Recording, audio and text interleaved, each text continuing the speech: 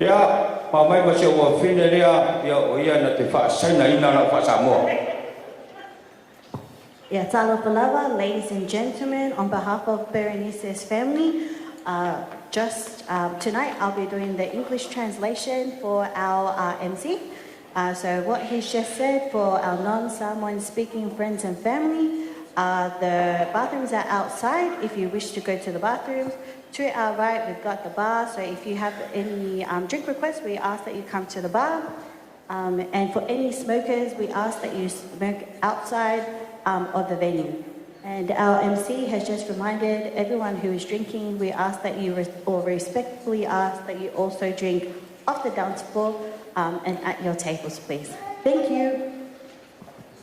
Ya, matou tele la Siulepa, nei afiafi mo kuanga, mala watu manfaaloalo lo fionga i sea, ya fa foi por steno auso. Ya, matua fasinoti ya na afio mai mtala mai ao. Ilo lua la fanga leo pena ina i dunga nei. Pena la i puli.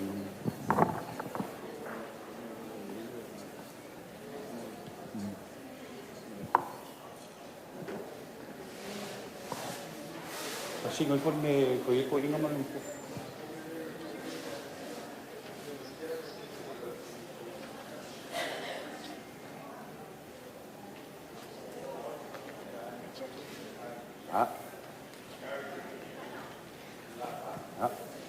Ko Perenise mo pa.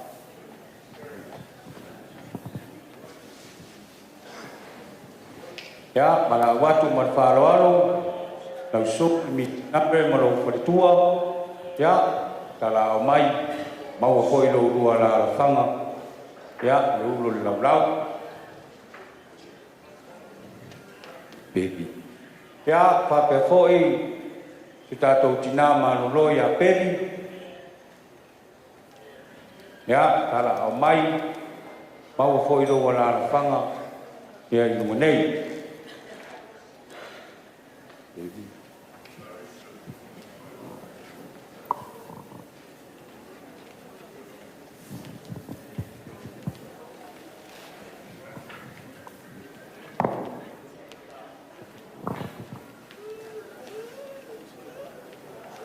Atu le ata unu mai lava nisi o tina ya e tau biai wharoalo ni a piafi ya mawala awatu suma i nei wala awatu ma le wharoalo ni wharitua i angata malanga mai Samoa ya sumaya maua fo ilo wala whanga i nei.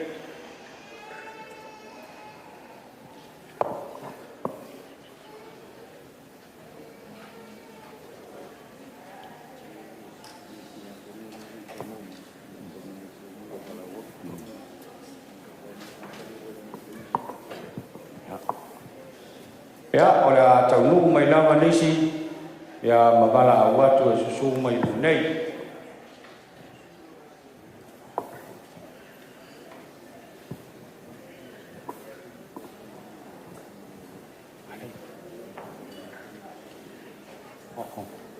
Ya bala awatu cina mentua ya Perenise.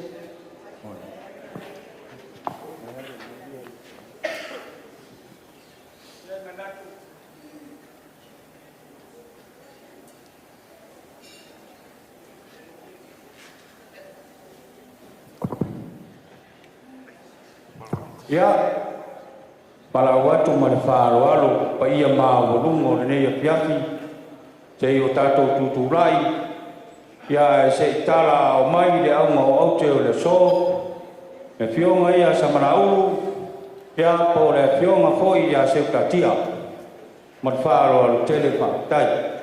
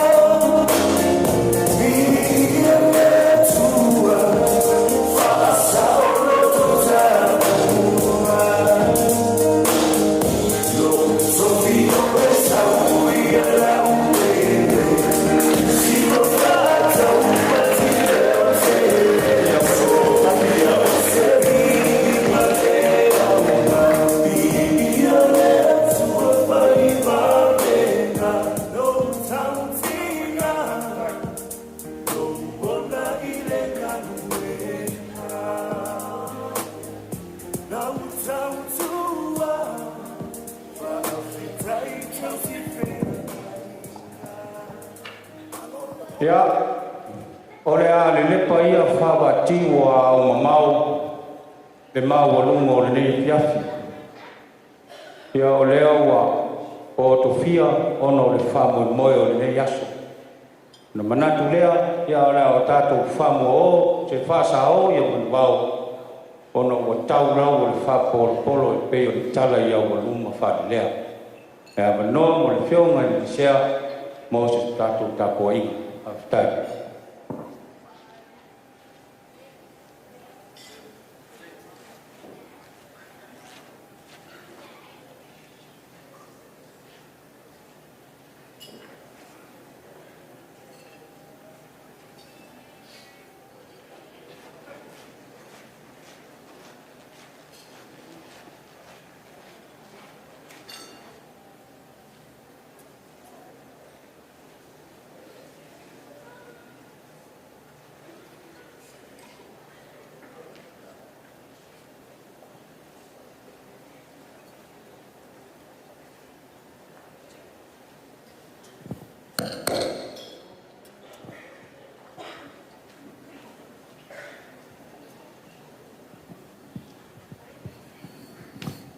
Avanoa le e whai se whatalofa. Hoi o inga wāle ne e fiafi ma le Moimoi. Suafa mani malo Jesu Keriso, talofa la. Ia mai se foi o le po ia o sa mo poto. Ia e te nane foi o le tanga luenga I Liverpool. Ia o mai tai e tito e tonu ia e le ne e fiafi o le aunga o te wā le ne e fiafi ma le Moimoi.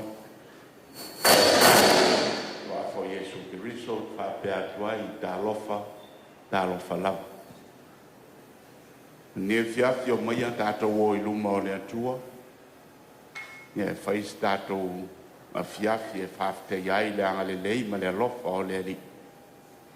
Se alo e whasino I a inga se whanau foi a wale mi tā ngā ruenga mi tisi I Liverpool.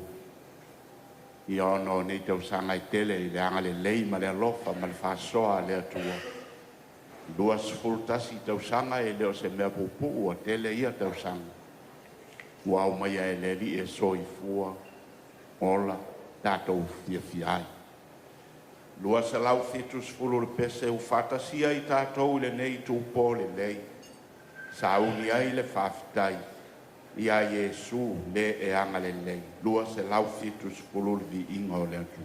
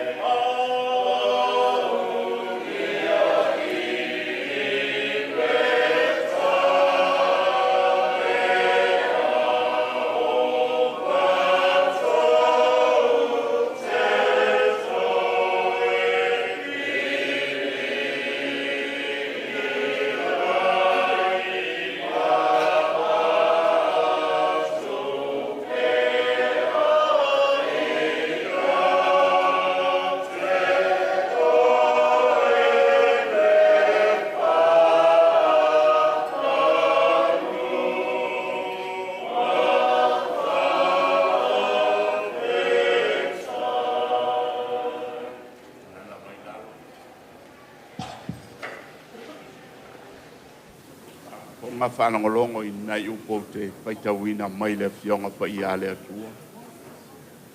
Salamos fulmaleono. Ia whaitawina le whai upo e lima e whangata I le whai upo e valu. Whafonga ia fionga le li. Yo val o tofi lava ia mala uipu. O e lama e whamawina lo tofi. Ua fuafua ina mo le whanua I mea vale noa. Moni, ua ia te au le tofi mata ngofi. Te whamanu atu ia Iova o le e whatonu mai ia te au. O le pō fo ia o mai ai o ia te au I lo mawhauwhau. O te tuu Iova I o luma e le au noa. A wā o I lo I tūtau mtau o ia. E le whaangai e tia I lava. A manuia mwha malama antili le anganga o le li I lau whaafonga whanangolongo. Upo au whaitawina mai lana fionga pa ia. A wha mai whai salamo o tāmbita o te tuu Iova I o luma e le au noa. Wai le whaangai e tia ngai lava. Tala lea le whai salamo o tāmbita.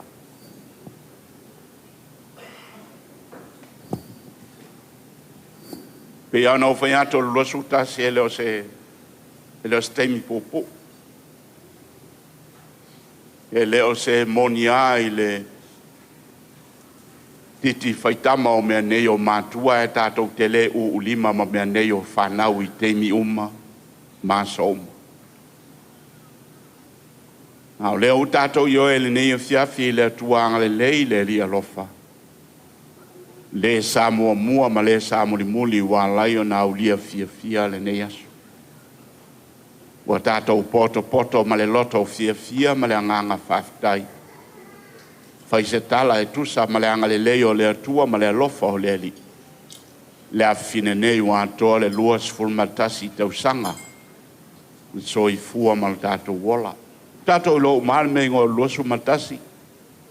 Whai fo el palangi le kie pe e whai ma whai longa e se mea se wo o ia le tamaititi le la sanga e watatala nisi o no tanga sa iai. Ia e whai pēm whamanatu o le sa moa e o ai le oti e le tālal maftanga ma mea nei o mātua. Ae, al fasilitele na afua I se ana ulia nei luasu matasi tausang. Tātou te vama ai ai e. Pe au nau whai atu e moni lava e. Ai le tātou te le u ulima ma mea nei o whanau. Ia so uma ma teimi uma. Ia e ofo le loto ua tātou au lia fia le luas futasi tau sanga o ta maitai nei. Vi ia le li I lo nanga le lei ma mea u whai. So as kaptenia so se va ai le tu ua I tua lon tapasa e tu ua I luma. So a foi po le ale la ititi o le valele ma valele te tele o lo felelei nei lunga o le vate tea e tu ua I luma lon tapasa. E o le whamoimoe le nā mea e tu I luma e vaai I ai le kapteni e vaai I ai le pailate. I teimi uma e whatonu ai le waa I le direction e te tau na aluanga I ai. Ina ia tau nui le right destination. Whamoimoe le nā o le mea ingol tapsa. E vaai e tuu I luma e vaai I ai le kapteni e tuu I luma e vaai I ai le pailate na te taita ina. I le waa po le waa lele I le itu langi e te tau na lele a ngai ai pe folau a ngai ai. Ina ia tau nuu I le tau nuunga e te tau na tau nuu iai. So as fita foi e le tu ua I tualan talta. E tu I luma. E tu I luma e tali ai le furu au, e tali ai le pelu, e tali ai le malosi o le tau, e tali ai le malosi o le aufana, e tali ai le malosi o le ta, le fili. Le ala lea fai mai le tau le lea o ta vita. O te tuu Yehova I yo luma. Tātou ue si la fio tātou lo mal so I fua o ta vita. Tau le lea sa whengai ma le tele o whita I teimi uma na ola ma iae whengai ma whaingita se ia o ai na matua o whengai lava ma whaingita tuli loa e ona fili na ia whasi o tia ai len whai. Sea, tu Yehova iona luma. Tau le lea sa tu Yehova iona luma e fai matali ta e tali ai ta. Ona fili lea teimi, ma lea teimi e tali ai furu au ana fili e tali ai le tao le pelu. Ma lea ufana i lea teimi, ma lea teimi. Po le ale malo losi. O tā le fili e mai se foi o le tau a saulo le tupu na ia tuli loa tā vita e whasiotia e le ima whai. Sea, pai mai tā vita na ia tuu Yehova i ona luma. Whai matalita. Whai matalita mo ia. E tali ai le malolosio au pea ngā le ali o le laulangi. E tali ai le mai a fili o tā vita sa whianga iai ma ia i ona po. Tu Yehova iona luma. O lona talita lea i teimi uma mo lona saonga le mu. Na laiona soifua mola, se ia o aina whanofo i no fua o le malo. Whai matupu. Whai mataita. Papea foi le tau le lea o David. Sa tau nuu i lona tau nuunga e tau na tau nuu iai. Fai Yehova na tuu Yehova iona luma e fai matapasa e whatonu folau e whatonu malanga e ao ia te ia. Whapewhea na savali, whapewhea na ae. Whapewhea na soifua mola.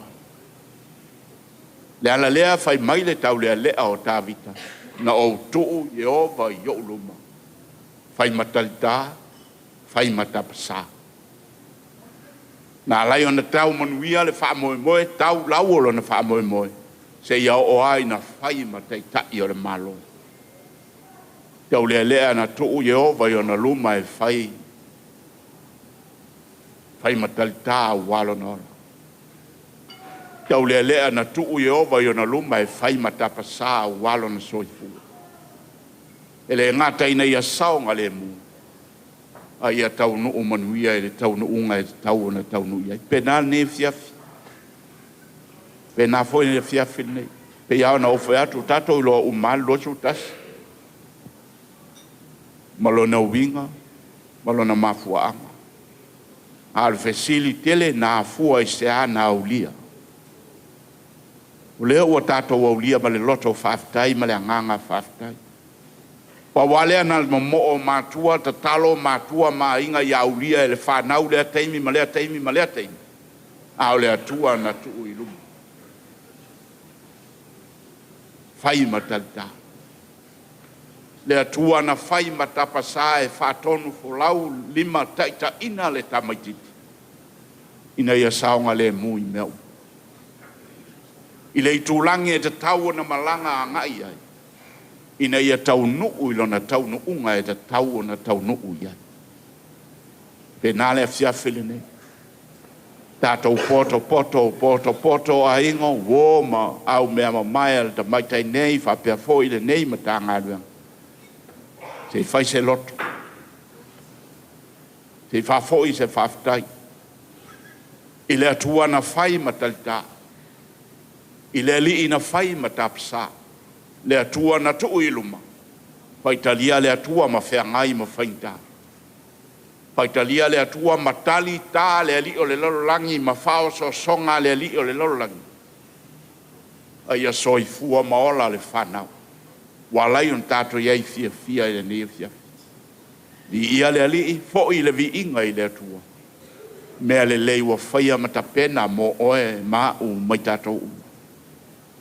Le atua sa tuu iluma. Whai matapasae lima taita ina le whanau i lea mea ma lea mea ma lea mea. Le i tūlangi e te tau na malanga nga iai. Ina ia tau nuu manuia i le tau nuunga e te tau na tau nuu iai. Mō nga ia o mātua lea ua tātou tau nuu mai le nea fiafi e ato iai le luas futasi tau sanga le. Ta maitai nei. Pāwhitai le atua na tuu iluma. Pa Moimoi ai le soifua ma le tātou wala. Le ala lea o le whaibai o le tau lea o Tavita na o tuu Yehova i o luma. E le whaangai e tia foia. Pe nā ne fiafi, tātou poto ma le loto fia, ma le nganga whaftai. Pawheteia le atua angalele. Bi ia le atua I mea whaitarusia. Nisi tausanga stele. Whaopopo e le li ia wale whanau. Ai awane ngalo le atua o na tu ilum. Whai mautou talita. Whai mautou ta pasa. Au tau whiangai mao onga. He au fo I mangaruenga. Inei avi ia le atua I so sa mea. Tātou tālu. Le atuai. Mato iai le nei fiafi ma le anganga fia ma le anganga whaftai. Po ia le vi inga le li ia ia te oe. Ma mea le lei e tele wai whaia moi mato. O le nei fiafi sa mo o iai matua ma a inga o wō ma e masani ai maise o le tamaita I nei. Au lona whata unuina e leo iai lea ia te mato. Au lea ua matou mōli mau whatasi ua matou poto ma le loto fia ma le anganga whaftai. Se I whafoi le vi inga ia te oe le atua angalele. Matou ioe sa e tu I lumu. Whai oe matalita mo le whanau. Whai oe matapasa mo le whanau o wafo launga ma whai ngā malanga. O le ala lea o lo matou iai fia I le nei fiafi. Pawhitai tamai lo walo. Pawhitai lo wangalele. E le mawhaia e le malosi o matua mainga mai matou nei o na pui le whanau. Mai le li o le lalolangi ma le tele o ana whao soso. Aua matou I oe ona o lo wangalele mo ua au mafola. Na malu iai le soifua o le whanau nei whatasi maso matou vaiva. Po ia le vi inga le li ia te oe. Mea le lei wa e saunia ma e whaia mo lau whanau. Ta mangalo I matou. O ao matou se, o ao matou le anga ma o matou le ato. Ta mangalo I matou. Ta mangalo le whanau nei. Le ase ni fale tonu I le wawhiangai ma matua iai teime le usi tai ai me nei o whanau I matua. Whamore mole whamangalo I lako. Whamangalo fo I matou o matua.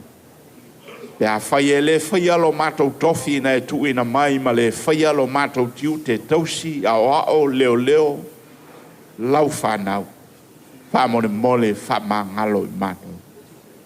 Ala matou tatalo ia e taitai lo matou wala.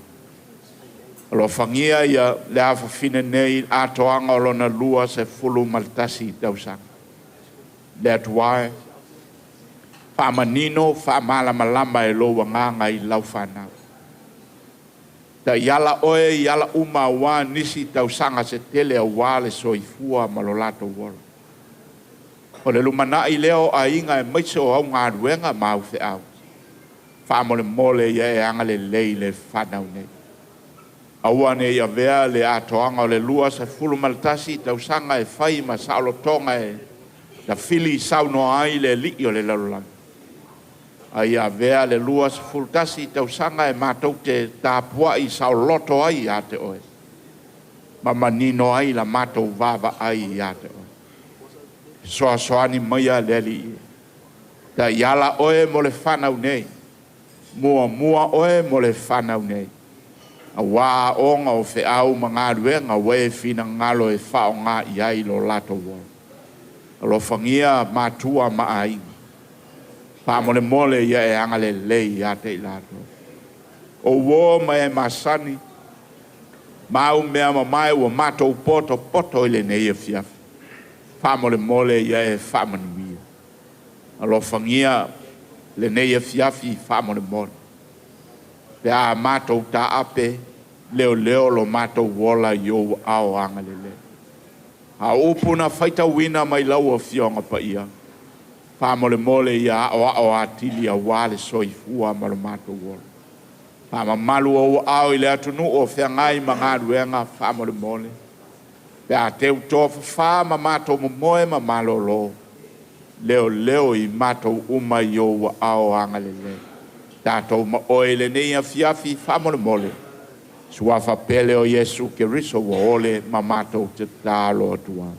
e lungo i mātou umalo manuia ta male alo male anganga pa ia ma futa mai mātou nei o i le whawe vaula. Amen. Amen.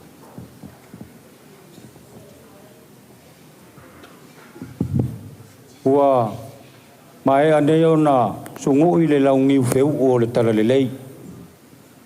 Ua ka foi ma whaapoi le aso. Mai ai le langi maki e se ia pa ia le kua o i kangaka. Au fionga i le lisea. Le lava sa e ku le kokau mua. Whapeo le la au whaleo i makangiolo. Ka alo le ulaungiu ma pese pese i ili o makangi. E whakangisia le kua o malo. Se ilo loo wange ia se ua whakau whangua. Ngā fuai o ngā malama urungatu. Au wa aka maka me mea le angiva ngā ka oko i le au pahu.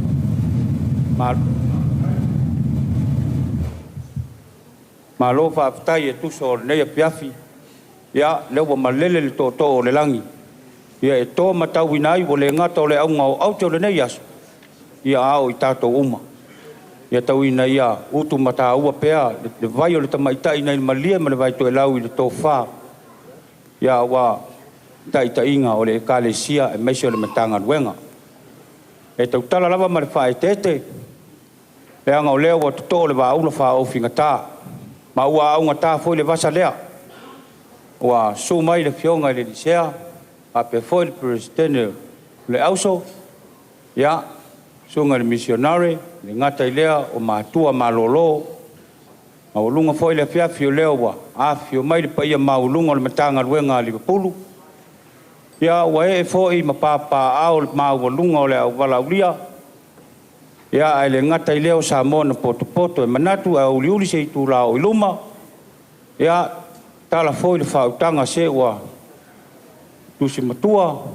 Dei foi ua tusi au iai ainga wase anga tono le neia fiafi peitai. Pai ma fufonga anga o ainga ia e a fio atu. Ia e o wholofa ma whata alofa. A whelo i atu. Fionga le lisea. Ma le presidente le auso. E mawalunga le neia fiafi lau whengaringa tutofia le atua. Ia ma le wala aulia i ta whaifia. Ia sumaya. Ma afi fio maya. Ma tala mai o ao. Tātou tau whai mōri mau i se alofa i na atele o le atua o leo o omon sa unoro tātou ta mai whaala lanu li winga o le atua. Whai le nāmo i tātou. Ia.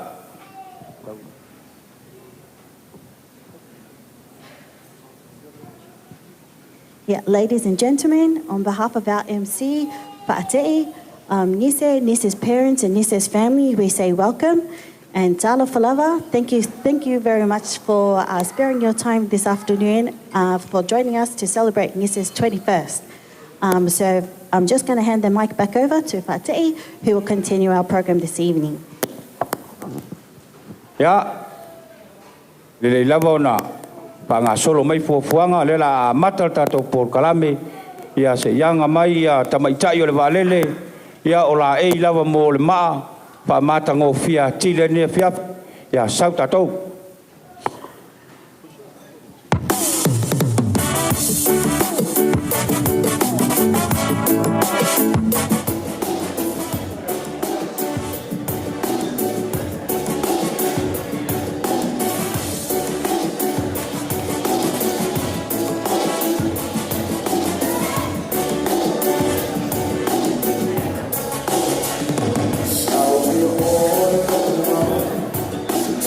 My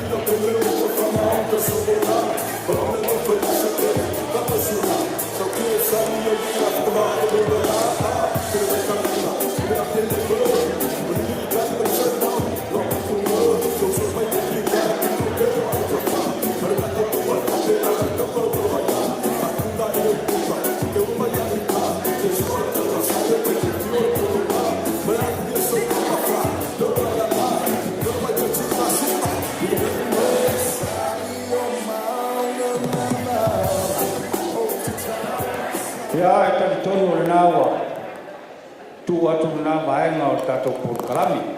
Ya o le a tatou whamea pasolo, o le a tatou whangasolo atu mo le tatou kiti, hei whatea mo mua mea tō pito le so ia manu lava o lo iai pēr.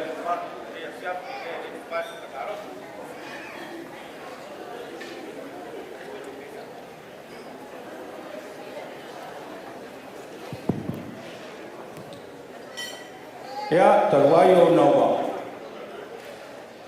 o lo ina aue ma tuo Perenise.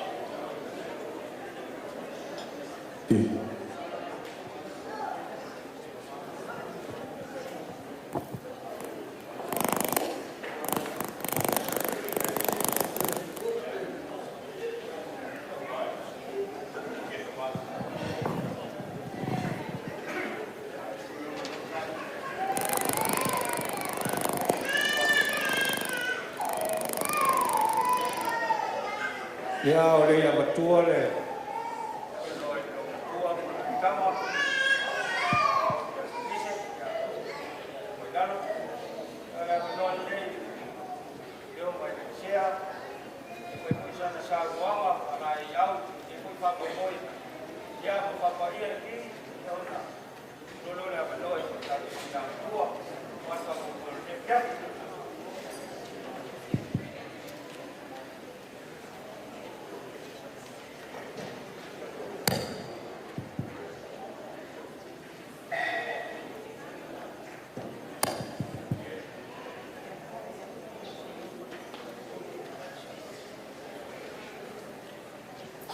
Tai tatu ye nei mai ngole tau au ino le ki ia Aumale luas kutasi tau sanga o tapita ia Perenise aftai ua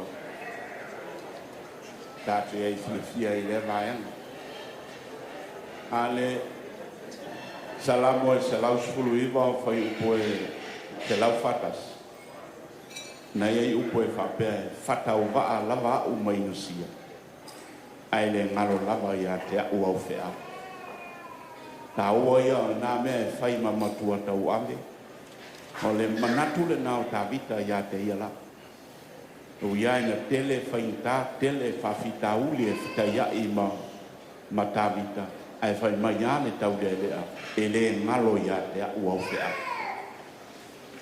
Nā vea le nā maala e whai ma wha malo si au ia tā vita i teimi uma maso uma.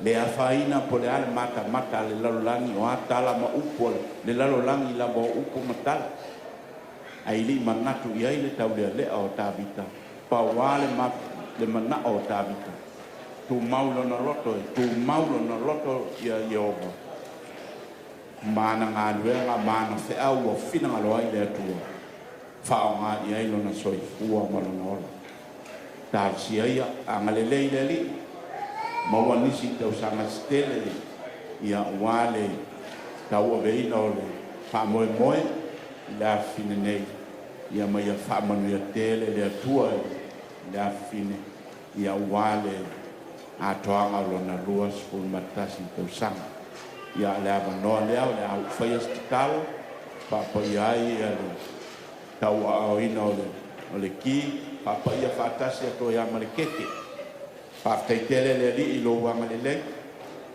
matou iai lea vaeaga o le sauniga faapaiaina o le keke e maisi o le tau o aoina o le ki o le lua sepulu matasi i tausaga o le afini faamolemole ia e faamamalu faapaia faamanuia ia amata iā te oe lenei fiafi ia iʻu foʻi iā te oe ina ia maua souviʻiga ae aua lava i matou nei faamanuia le afine alai lenei e fiafi ona matou potopoto suafa pele o Iesu Keriso ua ole ma matou te tālo atua. Amen. Amen.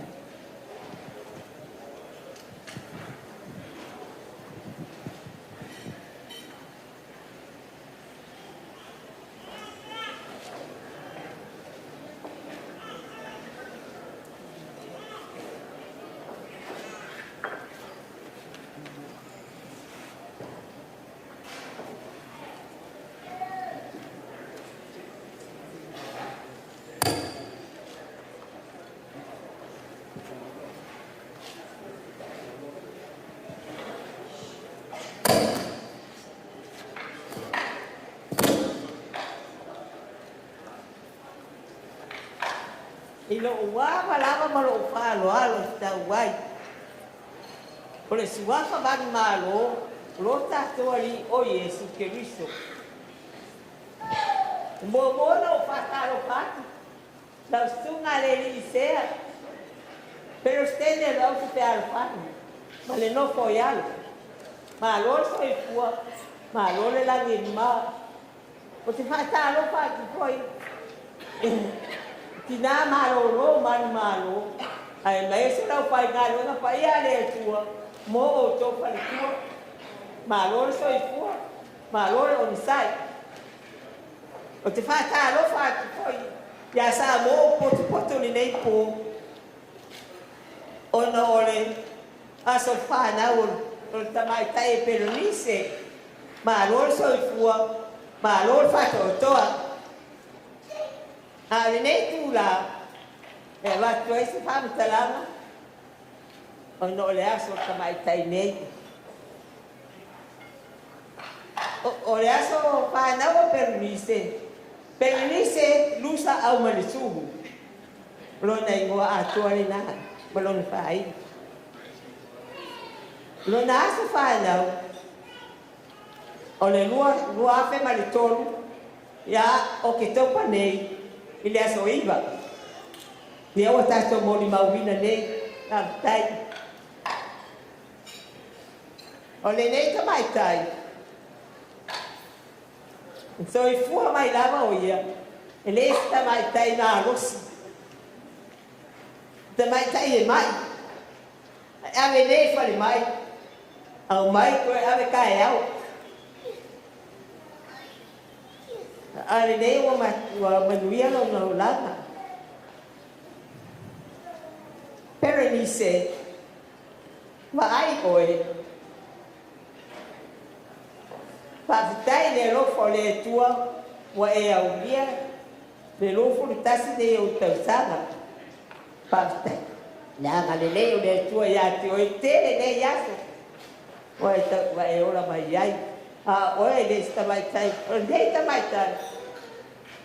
E tau filo i mata e matua. No le mai tio le tino. O te whaftai ne rofo le atua. Tere nei asi. O nau bia mai. Perenise, whaftai e au bia lo la sanga mua nei. Lo la sanga mua nei wa o iai. Te fai beatu ia te oi. Lau ki lea. O le kiri na sa lawa o na e te talaina e te alo te tawhao ai. Me te talaina e te alo e te ewa le lau whao malu. Tāna e te talaina. Pao wale me te talaina ai o le lotu. Doanga le lotu.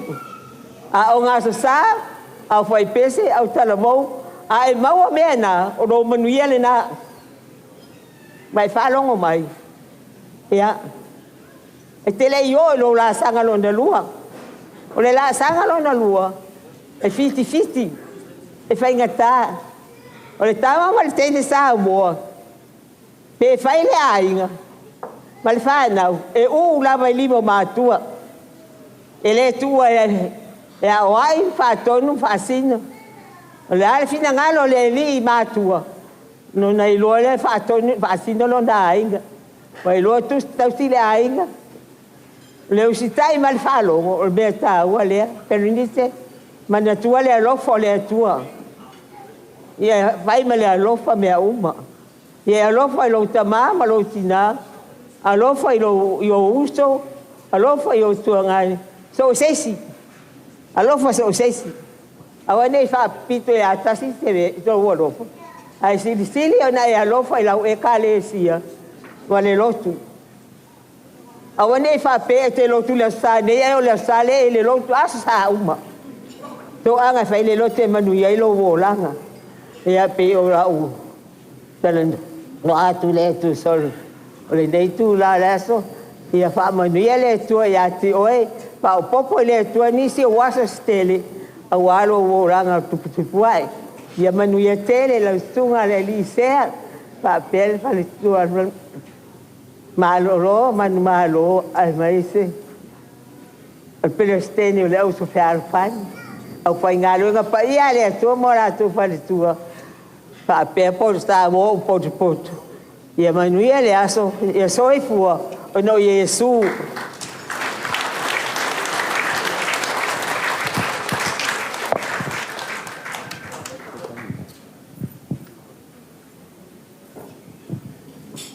Ese me se pati tele mo sa no nga jota tu tina. Ya, ole ava no nei. Ya se sa no le un au tu nei aso. Ya po le apoison ngalo.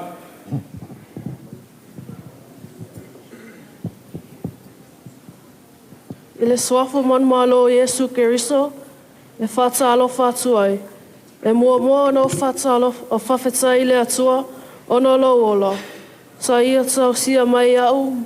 Ma mawhai ei ona o mawale nei aso. Lua o te whawhetai o mātua whalea nganga. Ona le whawhanga ina o lo ola whalea nganga. A mesa o le talo.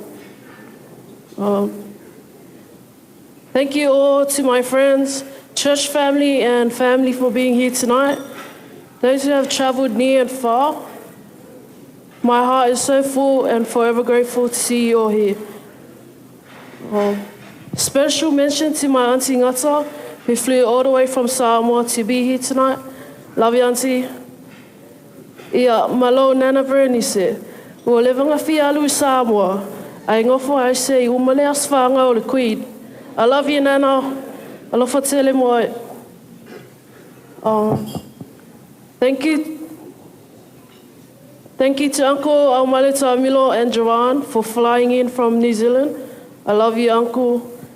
Thank you all to my Queenslander family for being here tonight. I know it would have been hard coming to the winning state.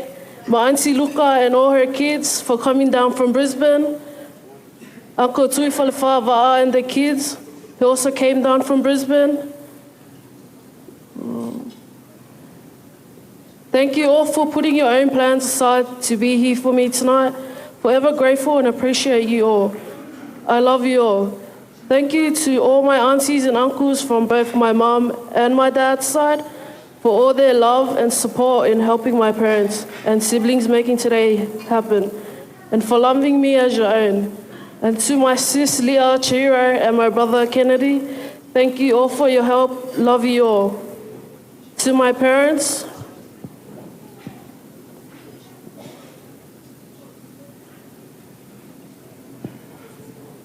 thank you for your unwavering love and endless support. You both have been my rock throughout my entire life. And I couldn't be more grateful. Lastly, to my siblings, thank you for making tonight happen. Thank you for loving me. Thank you for being my long life besties and always being there when I need you. Grateful and blessed to have you all, or have you as my siblings. May Jesus bless you all financially. Thank you everyone for being here tonight. I appreciate and love each and every one of you. Hope you all enjoy your night. Thank you.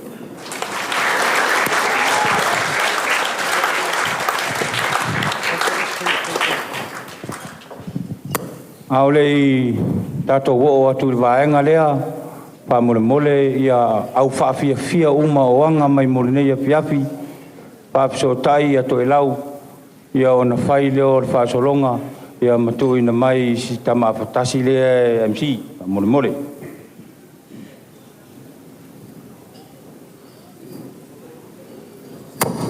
le ia le fate ato vaenga leo wo to sila mai le la e yo samala ulu to toso ronga winga apa tolu ngalu yo te usulu ya mana yo le wo mai ma fate ama ya ma vaenga leo mai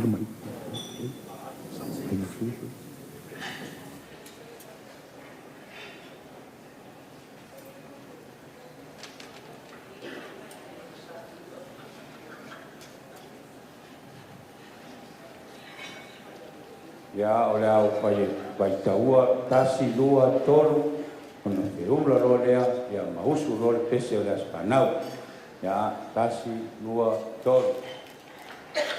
Happy birthday to you. Happy birthday to you. Happy birthday, dear Lisa. Happy birthday to you. Emmanuel was so far now. Emmanuel was so far now. Emmanuel was so far now.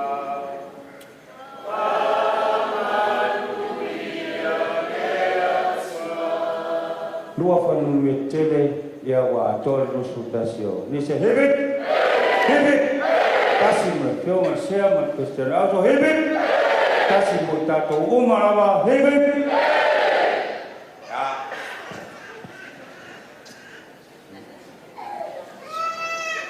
Ia o le atata mai se tato pese o le tato taumatanga ia o lo ta oto lava i tua i o le fuafuama ia manatu o tau lalata fo le taimi sa wele vaenga mua e mai toru vaenga pe fa ia tato fai mea whalulunga pe iai ia leo le ata mai tato pese ia se i pangasolo tu sa tato fuafuama pa tai. Ladies and gentlemen, we're continuing formalities. Feel free to have the chocolates on the tables as well as the drinks for anyone who needs anything on their tables. Please put your hands up or please see Mr. Sibley. They're the ones with the brown colour tussie, and they'll be able to help you tonight. So, thank you, DJ. Over to you.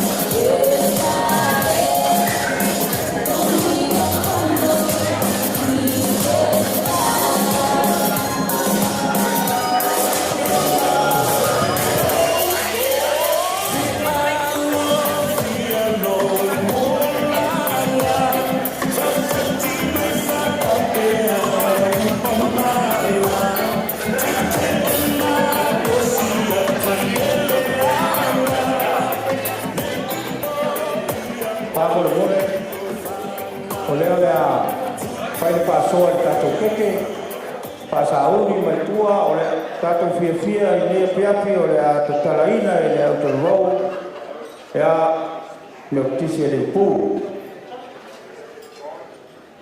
ea ona soso mai ai lea ma le fafiafiaga mai Brisbane papoga mai au fafiafia ea sa taua mai Brisbane ia so mai ai tua ma sa taua i nei sini ia ona taualuga lo lea ia e salailua ia tufulele ia famamoni heta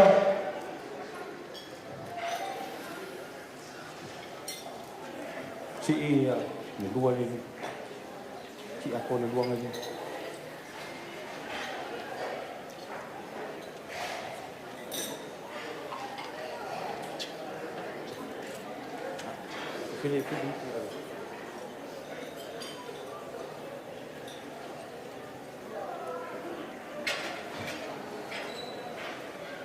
ya ya pengapal na lua ya yung ay siya magsustain raw so sa ming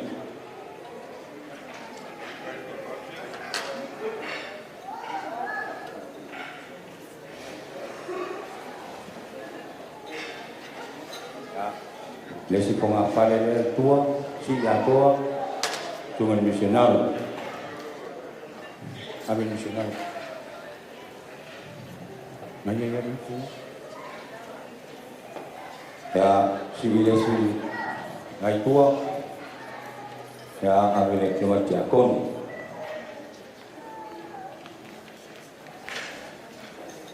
ya si pekerja rumah, ya tidak malu ya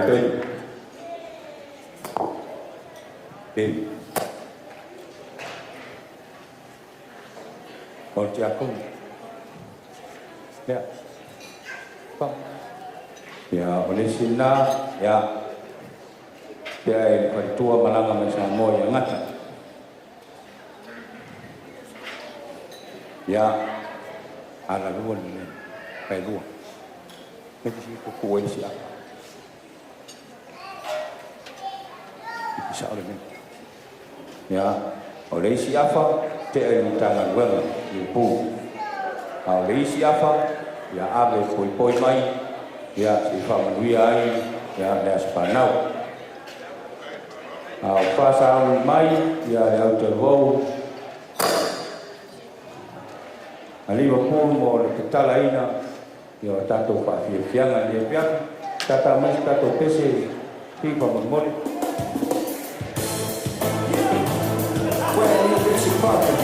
Live and direct from Samoa. I'll tell you about these island girls, man. All around the world we've been. Still the only thing is that I love the door straight from the Polynesian islands. This is going out to you. My Polynesian girl, you are my life. One day you'll be my wife. Your love will always be mine.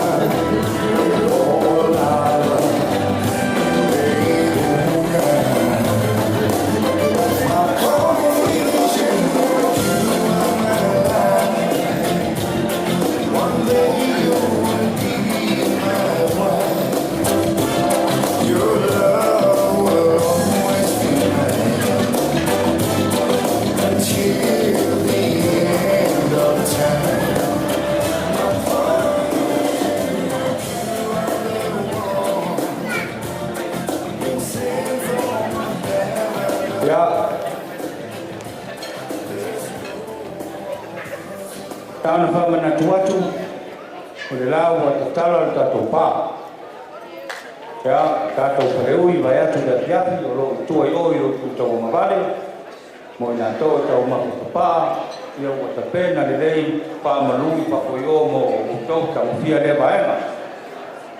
Ia, a leo wa mawa mai le whaaringa, e lei tau mai nisi o le au siwa le au tambou. Ia, au siwa le inu mātu, au rei roa, ia, pai maria me le avatu sepulu minute lea. Ao le avanoa le nei, ua manatu, e tatau lava o na tō se avanoa mo lusa mo koe lau. O e sa tapue mo whailele, mo whawhailele, ia le tene pai asa whanau. Lusa, o toi lau, lusa o toi lau, au whaafonga mai, o le avanoa nei, pei paisa o dua tala, ia o tari, ia le au siwa, sa taua o roa au maununga Brisbane ua au wa mamau mai, ia whaamata ngō whia tiri le aso Perenise. Ia, le avanoa nei, ia sunga ia alusa. Ia,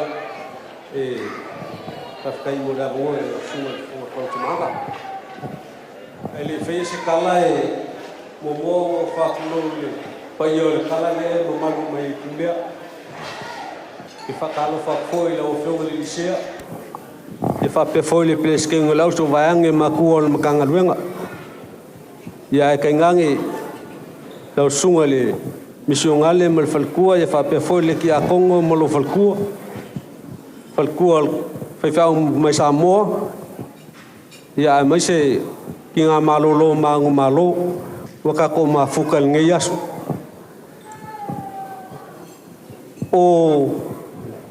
O le awhawhinge, ia ko sila mai. O longa ingoa le I, ia malesi le ku mai I le kulea, Perenise Siulepa. Ia o ngai ingoa ia o lo kongo longa pe whangau, ia whape foi longa passport. O le awhinge leo se kangaka e malos.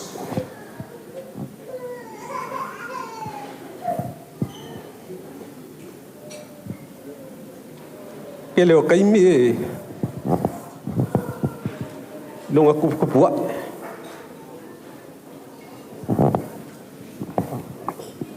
E koe a oro ile ku le pule.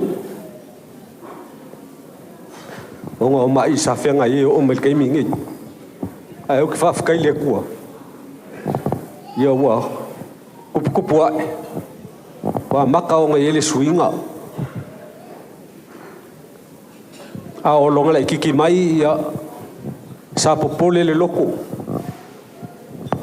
E aku ku vale foi le mafau fau. Onga ku langa le mai sa fenga mai ia. Peka ia foi le vi inga le kua. Anga le ile lo famale anga le kua.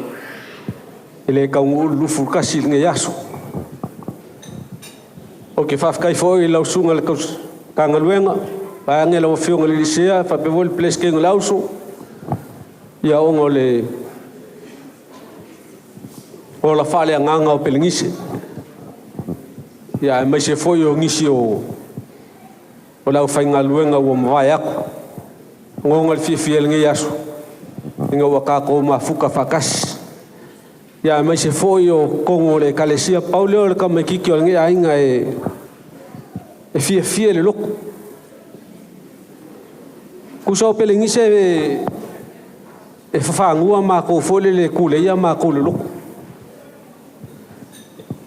O le kele o mea e le kai me kau wha maamuru ai. Ia o Perenise. Kusa o ia le anga ke kau mawhai e mua whai mai le loko. Le loko. E mā kou ke whawai vai fo isis kai mi. E anua Perenise lang ka vale. Ia o ngā whape ngā leo o kai mingai. Ia o le ngā whiwhia le ia I maua. Wa kau solo muri makua ia pe o le afinge le kau kule ia me le me lunga ia whafkai le anga leo le kua o le e ise whasingoala I kongo le makua inga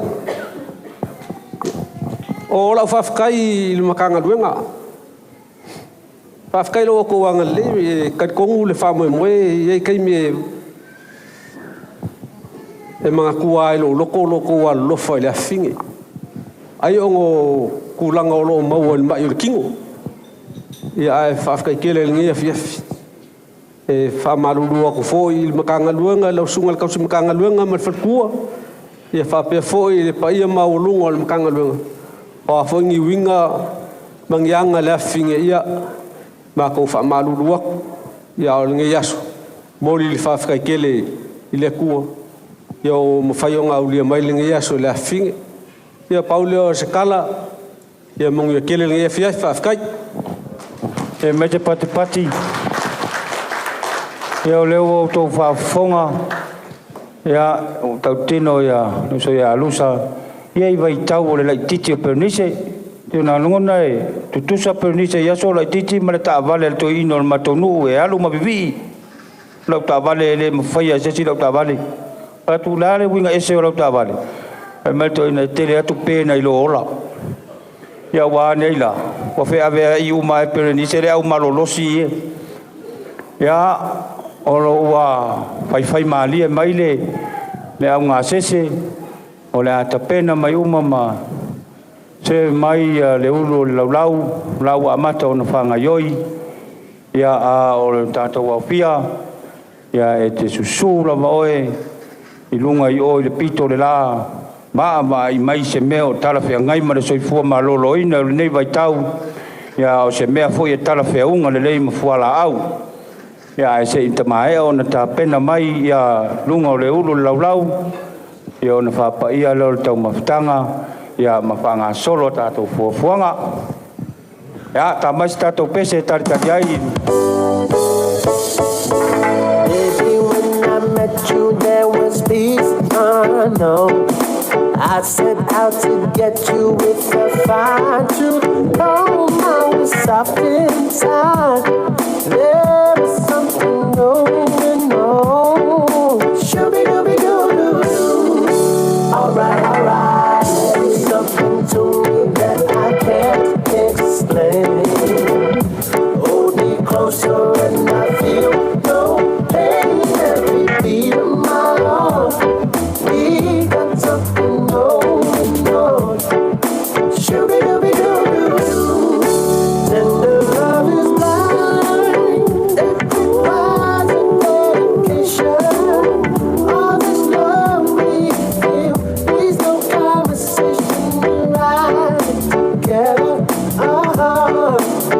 Making love with each other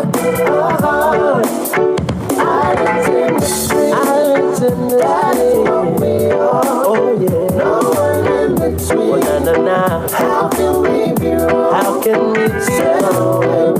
Oh yeah To another world We rely on each other Oh yeah From one love to na Oh Dreams come true I only wanna be with you No pots and love, just fruits and love This love was meant for you Bye I will be by your side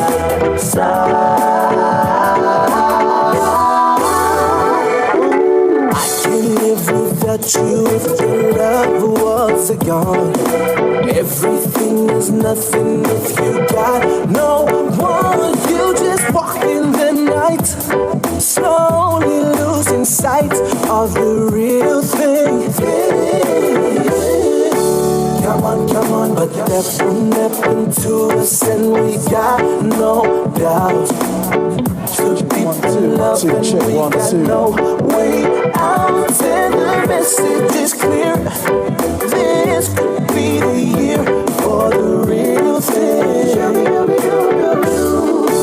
Tender love is blind It requires a dedication All this love we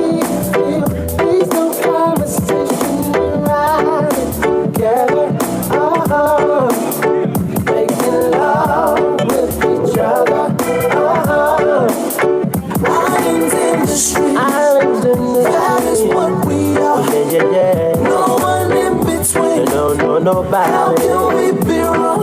Why we Sail away with me, sail away to another world. Rely on each other. your voice is tender. From one lover to another.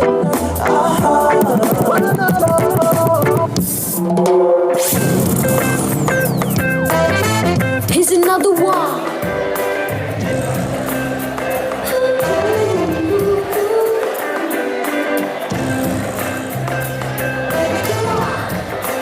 I'm here to stay, baby. Don't need this nobody around. I do this purely for music. Never for money or fame. I'm listening to music. It's someone I'm desiring. Surely music takes me higher to a place I've never been before. Jam on fire, what you want? I'm set on top, nobody tell me what they think. No one ever forget why we do this music. Nobody popularity and the other things. Nobody consider the passion for the music. The drum and bass, move your bass. People that reggae music takes you to a higher place. Apenas in the dance, come with me now and then. Come join the fun, there's room for everyone. Don't go hate me, just up and say they make it to fire on the rhythm. Teach the guy.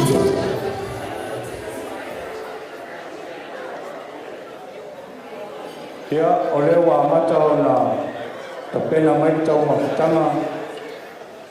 Ia i teo mai le sea mai o pena wema i mo le ulu le laulau. Ia e wana awatu mai whaaro alo. Ia lau sunga le misionare te i whaapaia le tau mafutanga.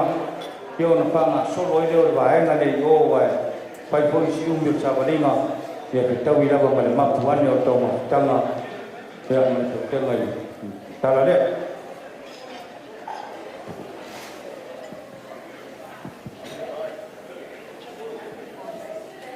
Lau whaia se whamangalo le tuaro mātou te mā o mātou toi a piatu le nei iafi ne ie tau mautanga o lau wino la mātou ai ne ie whamanatu wino le asu se kua le asu le lofo mo whapa ia mo whamanuia anga leia i la tonga tāpena ina mātou ai mani lotu fia mātou mani tua pēr mani Yesu Kirisu. Amen.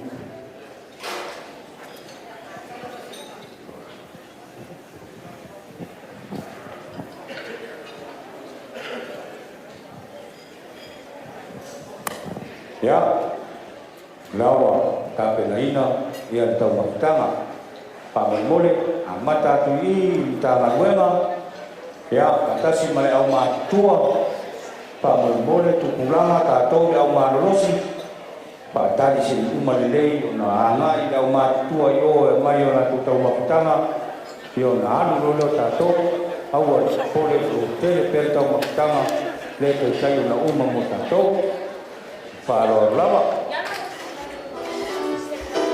Yeah, ladies and gentlemen, dinner served. We'll be starting with the elders to our left and making our way across the room. While you are waiting, we just wanted to remind you to take advantage of the photo booth that's outside the door. You also see around the room that there are some props that you can make use of as well for some photos.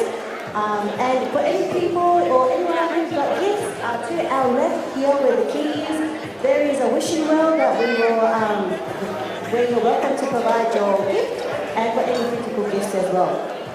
And so just reminding you, there's a photo booth outside the door, so just to the right of the entry. And please, we welcome you to make use of that while you're waiting for your dinner. And also just a reminder, the bar is now open. Thank you.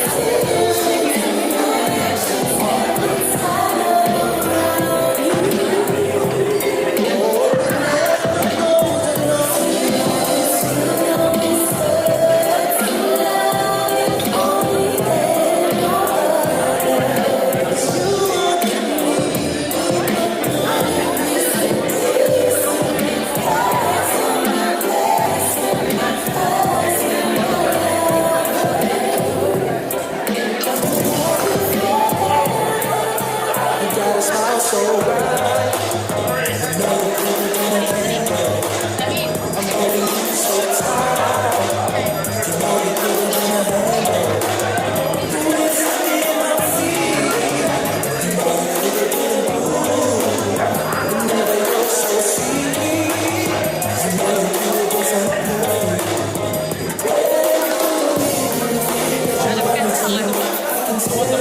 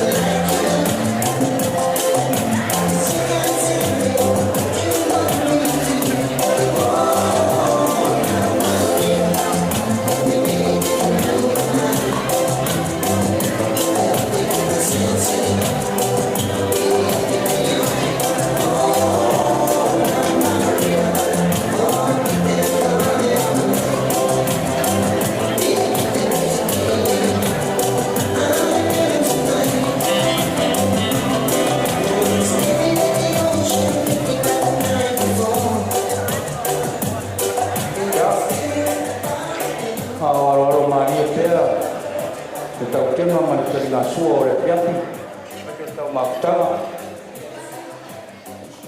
o lo lava ma toe tāpenanga au a hoi po ia pa leo o lo tele lava tanga lava ta toru papa e awa manatu o le apasa vali tato fuafuanga le anga o pai tato tei pa tulanga ina o mauta nei al manatu lea ia le a te tala aloa ia ia tato whawhiawhianga i nei po i le au malanga mamao mai sini o ia i Brisbane o alo teleina ia au mua ua whai langi le tulinga sia a ua au mai siro matua mana i o nalo ia whai sisao i nei aso o matu so o mai masataua so o mai masalairua ia matufulele ia ona tau alunga lo lea ni tagaluega au talavou ni tagaluega lipu o sikusuia inga lai titi na tusa o le talo mai a le presidente o le talavou ia au fasauni mai loa na au faapipia mai Brisbane ia o loutou avanoni nei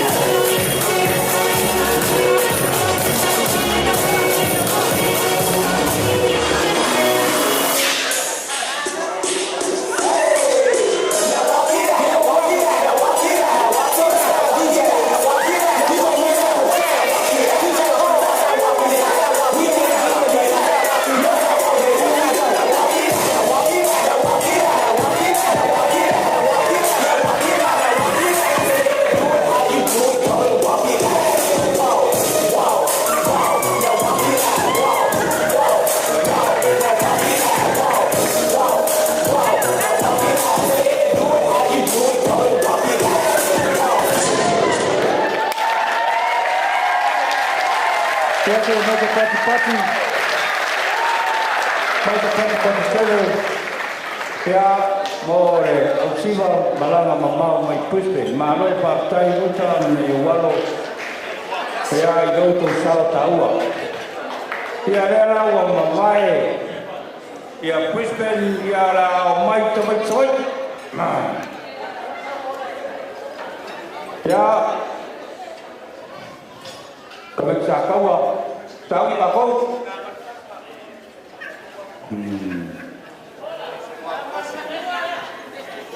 Nea ko foa mai whanguali ma papapa.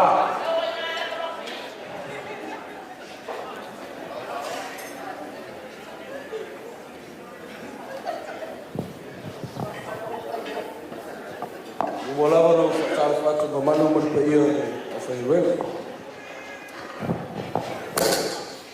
Ia o leo siva nei mai sa taua ma whale arupo. Ile mamala. Usi leo mai mua mana tutina na whawhiwhi atu tau te taua. Taui!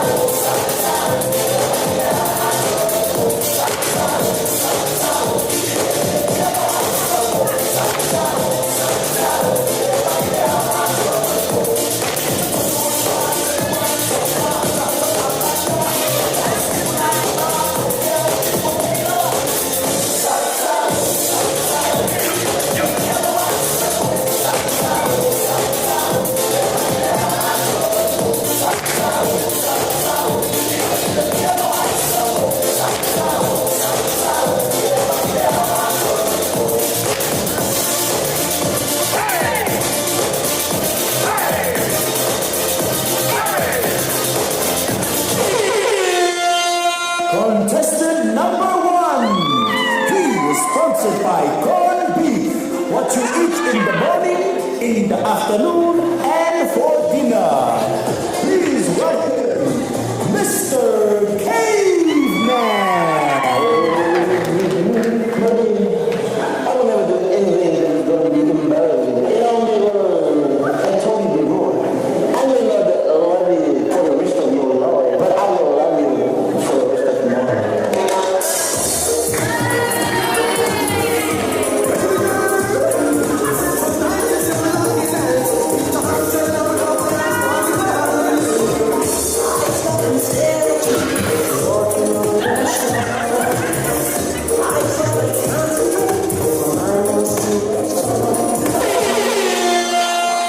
Contestant number 2. He is sponsored by the Dragon Horse Takeaway. Get your takeaway from the Dragon Horse. Please welcome Mr. Perfect. I want to share a song that will bring my life to you. Please, listen.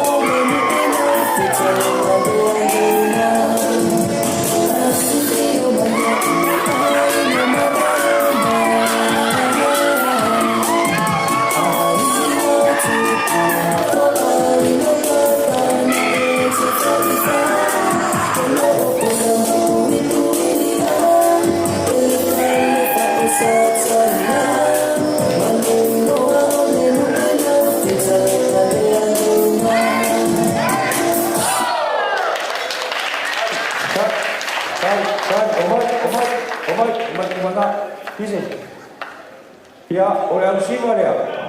Malewan wei ngau mayan. Kau kama ya pesele ngau sugi si kau rumah fane le. Dia sau wang asik wakia. Kau wapele fai ngau mera wang ya. Ya, kau kama kau berbori. Dia harus sampai malewan wei ngau mayan siapa siapa dia?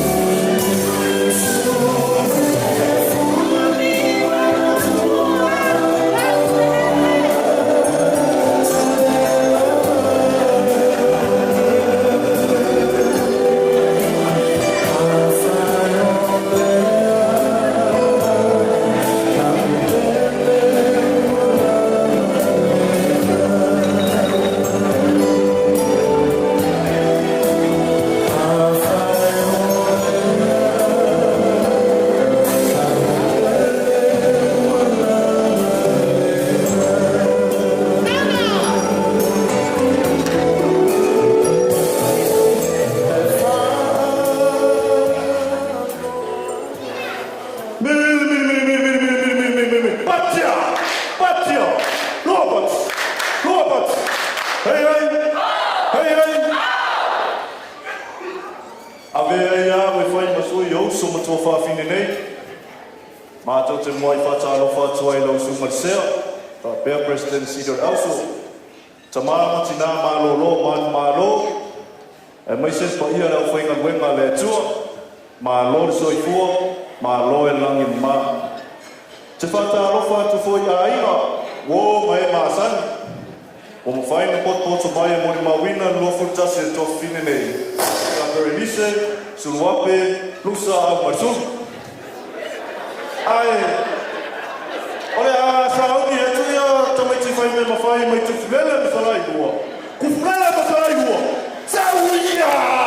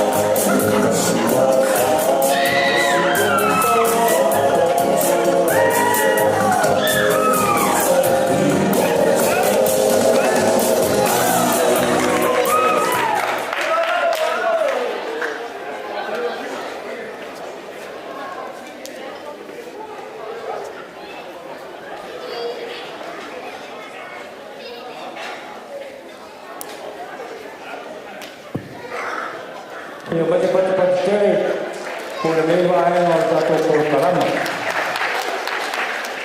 Ia,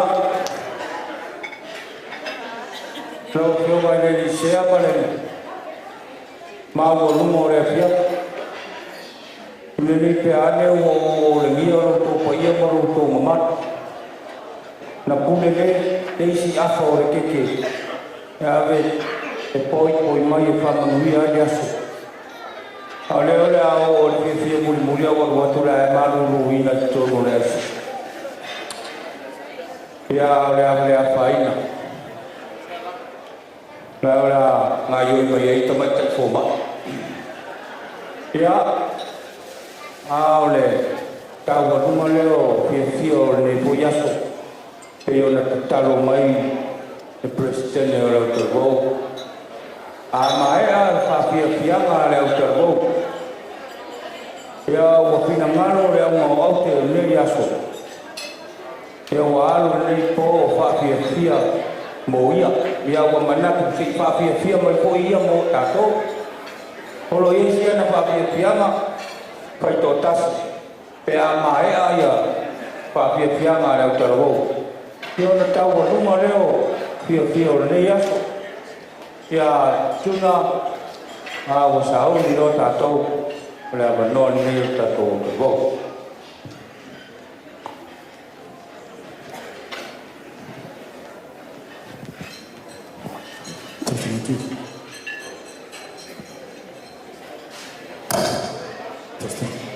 Ia, e mua o te atu sumu I pule o tō samaanga, a wā sa mātou apanoa.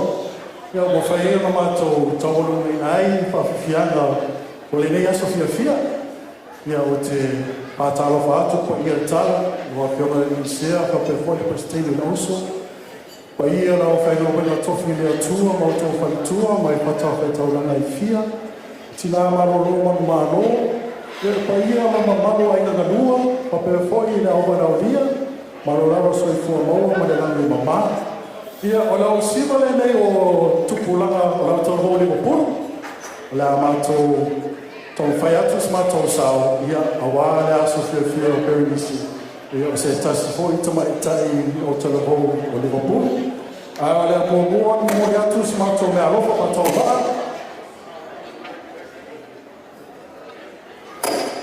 Mātou mea lofa, ia, pātau waise tāwane fō o le tēnei as whanau. Ia nise, ia toanga te taro. Mai e apa lo te māma lo tina.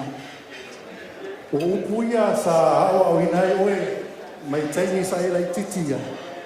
Se yo o lava le nei asu, e le suia. Awa o mangia lava le nā. Beara a pawhiwhi atu, o uso mautua mani. Awa le ni asu. I manuia tele ni asu ma fufu awa tuturi. Ia, patai te le lau. Liverpool!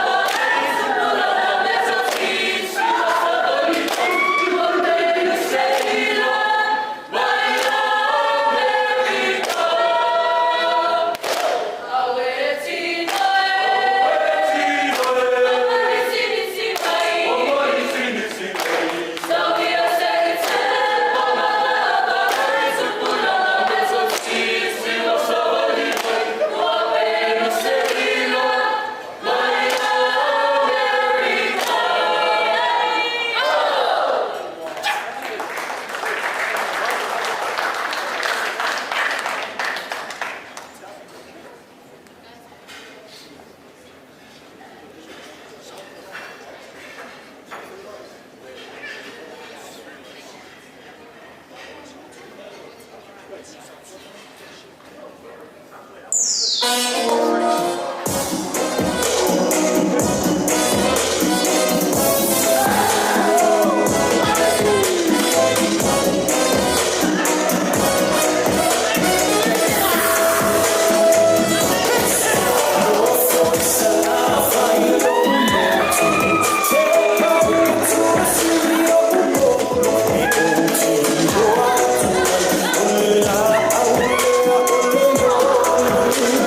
you.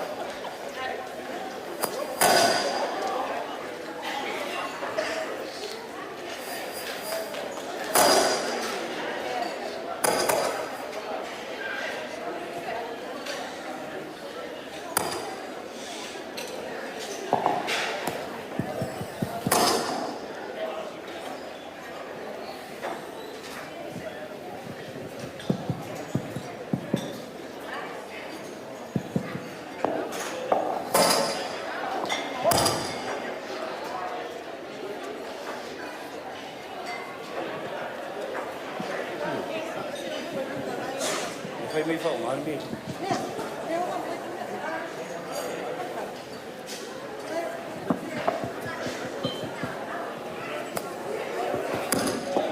Ya maro no sai.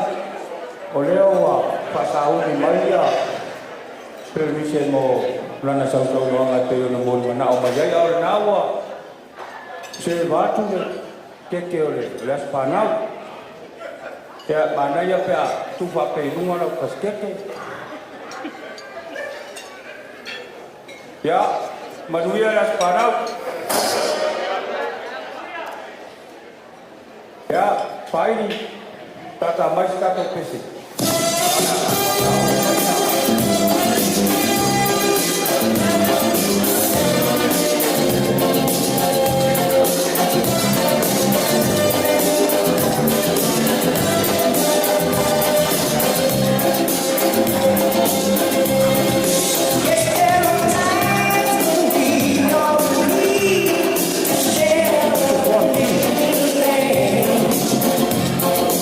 I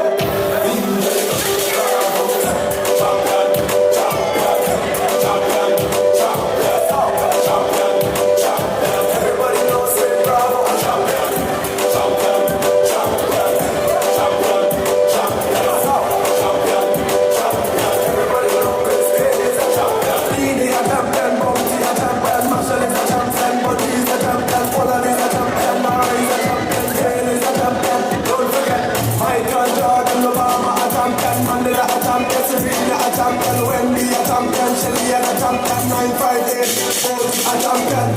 Champion, champion, champion, champion, champion, champion. Everybody knows say bravo, a champion. Champion, champion, champion, champion, champion, champion. Everybody knows this kid is a champion. Champion, champion, champion, champion, champion, champion. Don't vex if you did not call. We have to see them be mad some all. We love soca and dancehall. We love cricket and football. Come and dance in a man in the ball. Champion, champion, every training and every man. Champion, champion, every victory and every patient. Champion, champion, every training and every man. Champion, champion, Dini a champion, Bounty a champion, Marshall is a champion, Bungie is a champion, Paula is a champion, Nara is a champion, Jane is a champion. Don't forget Michael Jordan, Obama a champion, Mandela a champion, Serena a champion, Wendy a champion, Shelly a champion, 958 Bolt a champion. Champion, champion, champion, champion, champion, champion. Everybody knows say bravo a champion. Champion.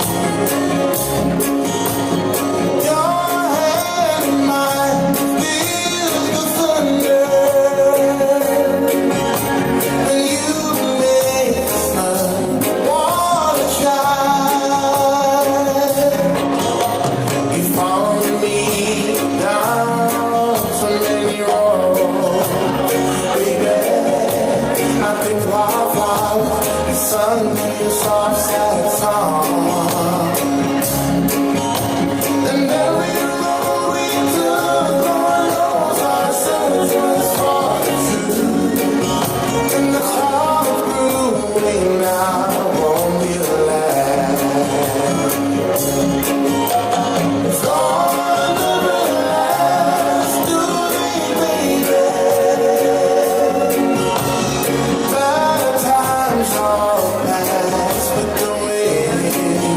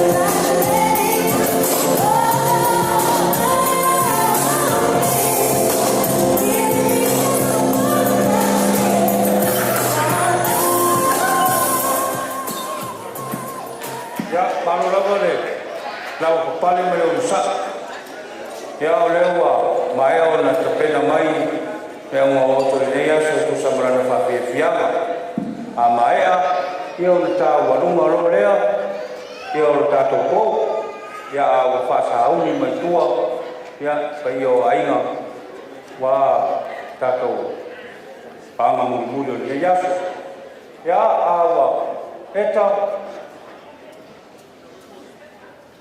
ya already roa ya kai nei sa mama ya yo ya sa la ulu ya yo mo foi ya sa katia ya kumaya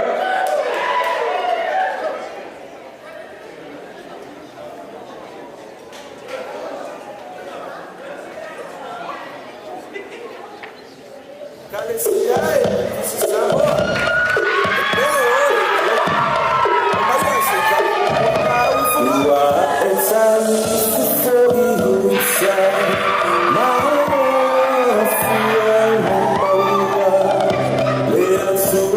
far.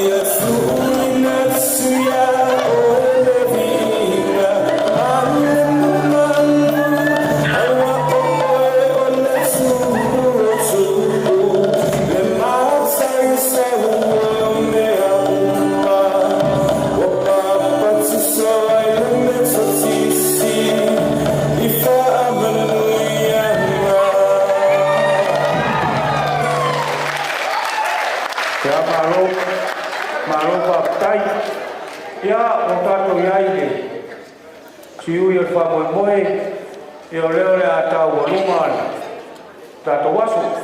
Ia, marua le tala pa ia lea, ia mau mai pere tau vai. Ia, o le alo a inga na lua. Ia, wale tau o lunga ina o le wha Moimoi le yaso. Ia o na po i leo le po. Te lai po i se utua, ia sa mulianga. Ia anga tonu ai le tala mamanu lea. E mese o ta maruenga. Ia, male wala o via o manu maunu moi matia. Ia, o ia tau runga. Ole tau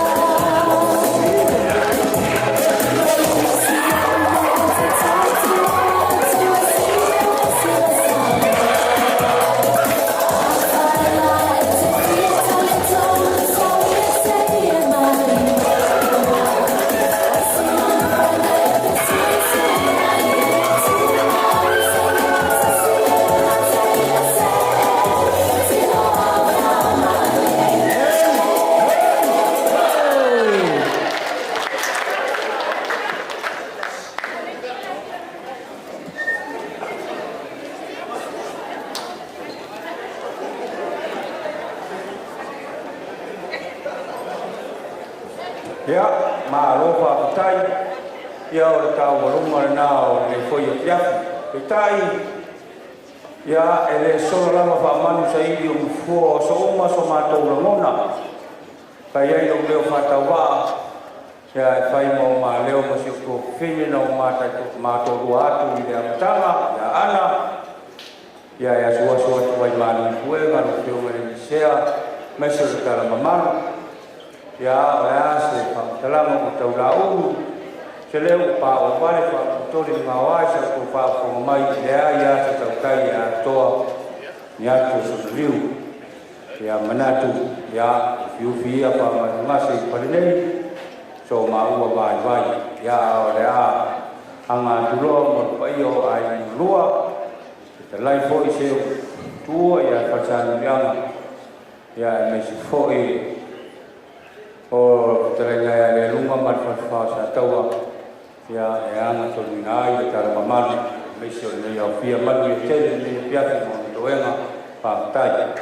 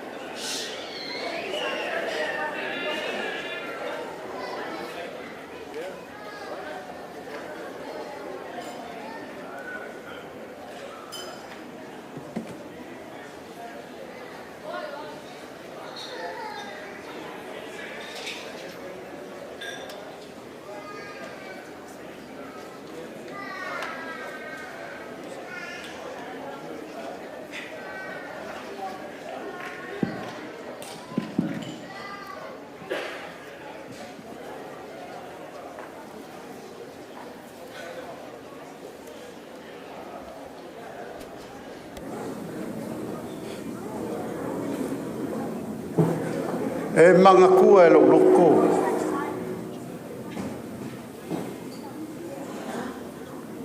Le kamai konga nga, kamai kai konga, nga fau kange mai, ile kamai kisawai.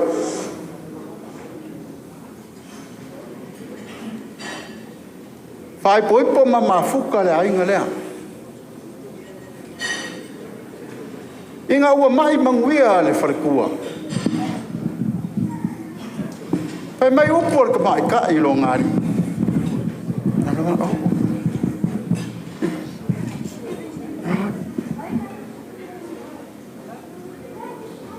Na umana mea. Pai mai si o kama. A o wola. O ke fia ola i o lau whamua. E fio mai kui konga lea. O ngā lura le malanga lea inga lea. Kalo fai. Wale ka ngūr Moimoi. Wale e awhi konga. Awa ese le mea wafe ai. O ngā usura o le sika māloa. Ile tengi tonga la wale. Ma wai kama e kokoro. Kasi fa. E whai mai malanga. Fa kama. Kasi tengi. Kama langa e ko fa. Panga umai ai. Ne la fio anga o sakaua. E o ko sila ringi po. Panga umai ai. Ne fale sala fai.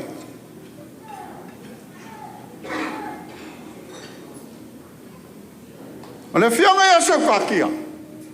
O upu kauko. O lau whamua o le kui akua. E kua mulingu i wharango kupu. Ai whea ngai, mulingu, ma puri maawa. E a whia ai le seu kakia. E iai le wha Moimoi le pōr ngai.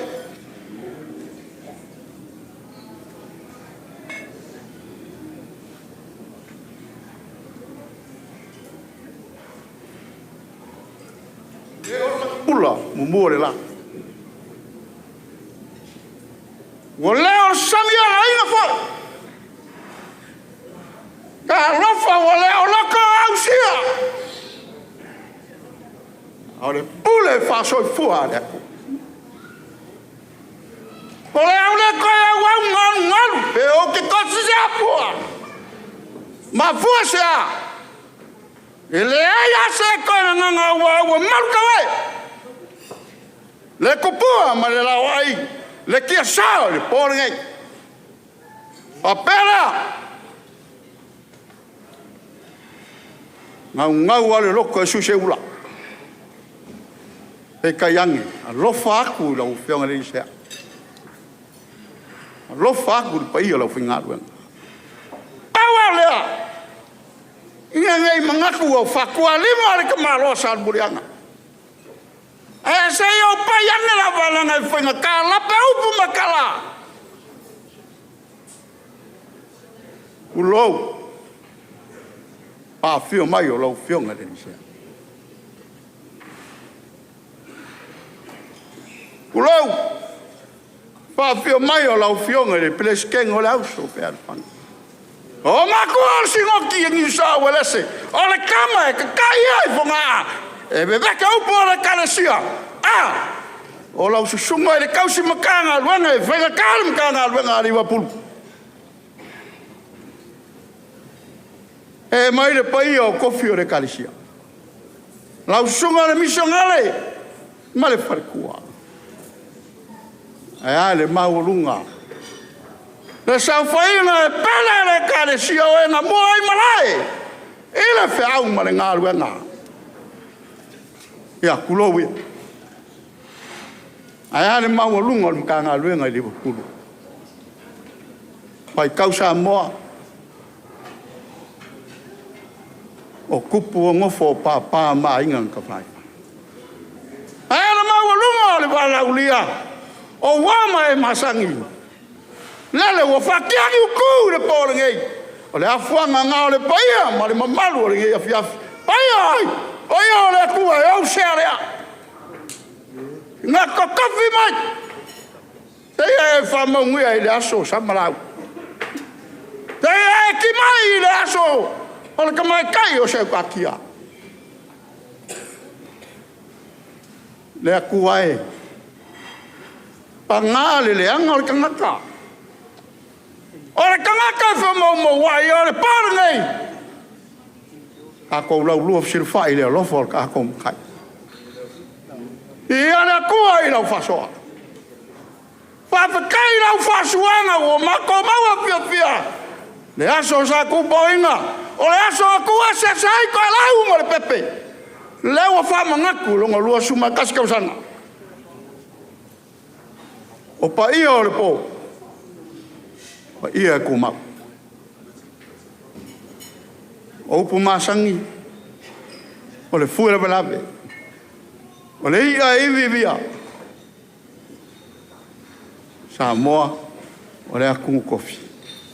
O mangaku lea. O le awha solo le kako por kalami. Lofa. Lau fionga sea.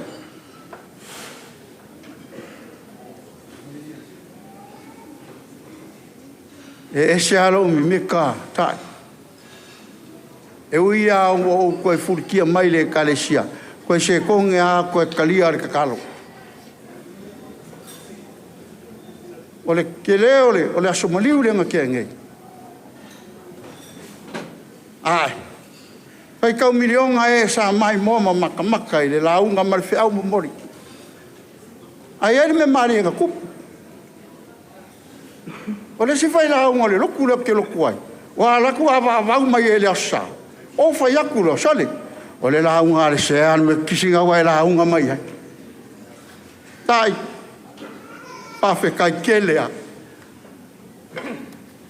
Perenise Siulepa kui farfa lusa Aumale su. Na o fa manga ku ulo e lua ngala unga ai lo fai fe au. O le ulo e palapala le muri. Ma le ulo e mama le muri. Kurau. Angana fai ngofia e mala malapa. Pai mai fai fiau. O le ulo e palapala. E le umukoka ya saumo le olanga. A le ulo e mama. E ngofo e kongo le sefe kioaka. Perenise. O le asorenge. E fa mangaku aku ya ke oe. Palpalau king lima e kau kua le kalesia. Palpalau king lima e kau kua umakua molo wainga. A le kala le kusi. Le aunga le lai ma le whamaongi. Alu laia. Ke lua ngofo kupu whakasi bareari. O le akanga o le ulo e ila. Le mule ulo kulou malanga ka pungi. Whafkairo fio marisea. Koe whamangaku mai le pōringi. Perenise o ki mai ngā ngā. Alponge, Fafka Kelly. Nakam Fayaku Ainga. I see Silama. Nasa man of fire wine. While Monia, Akala Menina. Go for Fasa Kawa. The Paia, the Kamala. Leru. Ya fio apa ini? La kuam sambil. Berfamu mori. Yo maku kamu ya. Elo sekali dengan orang lalu fio Malaysia. Lau sungat kau sentangan. Ai kau mafaio. Ya nganga oleh Fafka. Bilo pele na walau fanau dia. Kakak fayak.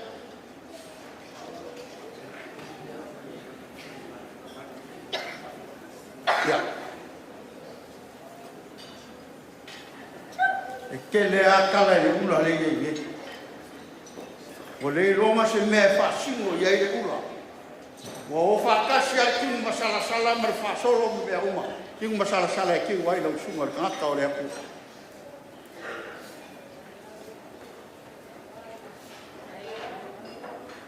Ya, a fo wa ku fa ma. Tau fiona le dise.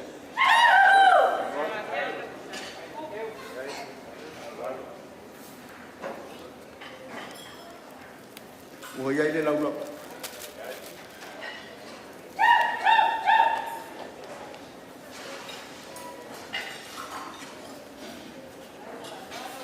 Ủa mà cô mui aku sẽ wala phải một phi. E phải na ka ho le phi lao. Ai le le. Fa le kupe. Ku sa awal kangal kana ka le. O le suka sua. Ya fe ka.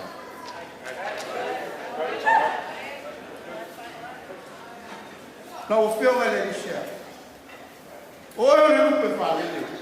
Fale mais que não for aqui. Olha fio anda. É fio aí. Faz com cuidado que eu sei. Boa motor. Se fez barreira para não fazer pulo. Causa bate. É na cai mas mal já. O ficar aí ele ó.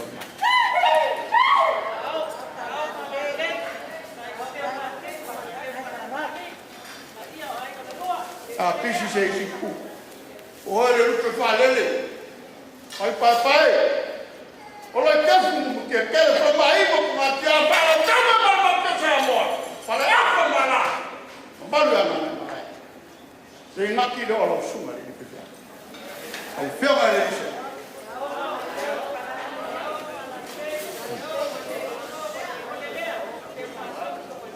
Ao filme disse.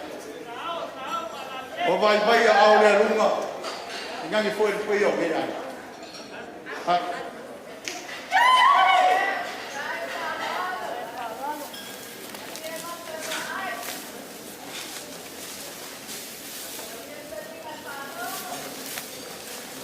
Ole me arofa. Ole. Que puxiwa. Pai me arofa pai que mai kai foi aspana. O ngare do África lá no fai o no.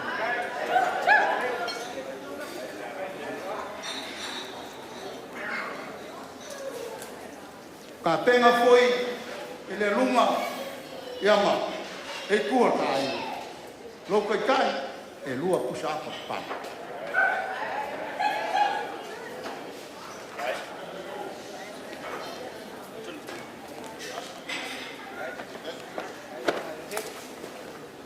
Lá o filme prestando lá o sofá.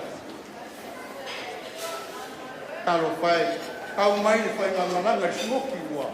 Ou mais pua o meu. Pecado. Ele uma foi a sua.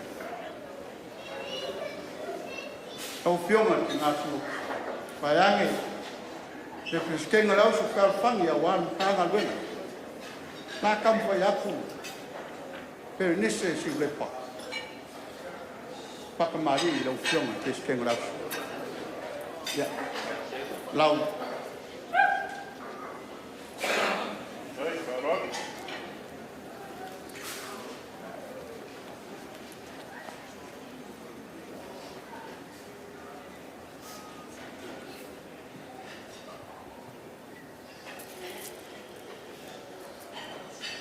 A fo waku whakamai.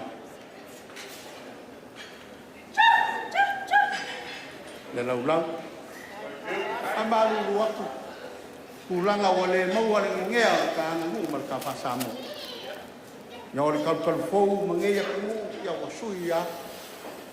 O peio mo ku silai. Ya laulau ya. Ya.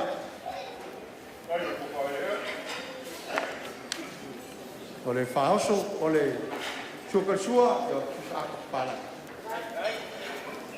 Ya o fica ku de ia leo. Au fiona pesqueiro lá super fan. Esta na cara nada. Ele foi no filho.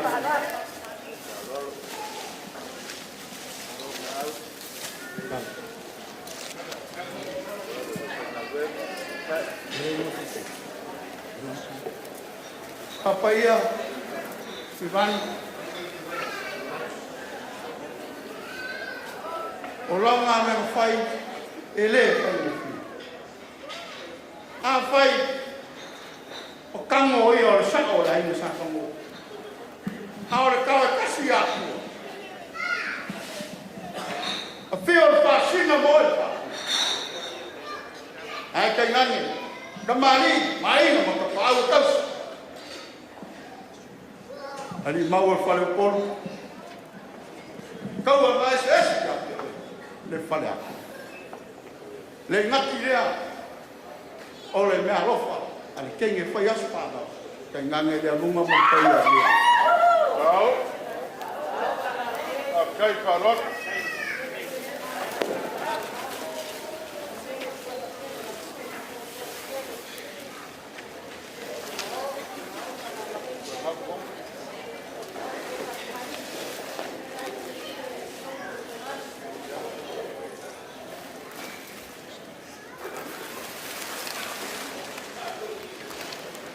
O filme pesquei no Léo Super Fan. Anche se no, cambia quella lo vedi. Na lofa. A pega aí, ele filme ya samla un, ele filme ya se partia. Le que mai cai o ya sonne. Mas se foi o aí na é. Mas foi tudo. O nga le Africa lá o foi o no. O apulo awal ngar venga merkala le lei polisi lo pungo ngar due kolo kai ya kasih puspis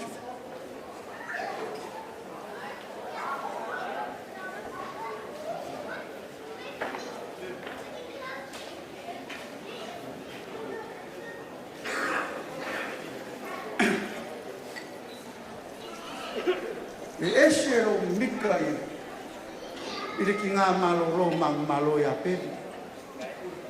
Lo lewa kau kua nge ki ngā. Pawhikai pepi lo maua ele a kua lo wangare lei. I lo so kua, lo pului, kako ke ma fuka pia. Kamu whai akul whaalo aloa. Ar kegi whai as whaangau, iyo aile. Lau whaula le.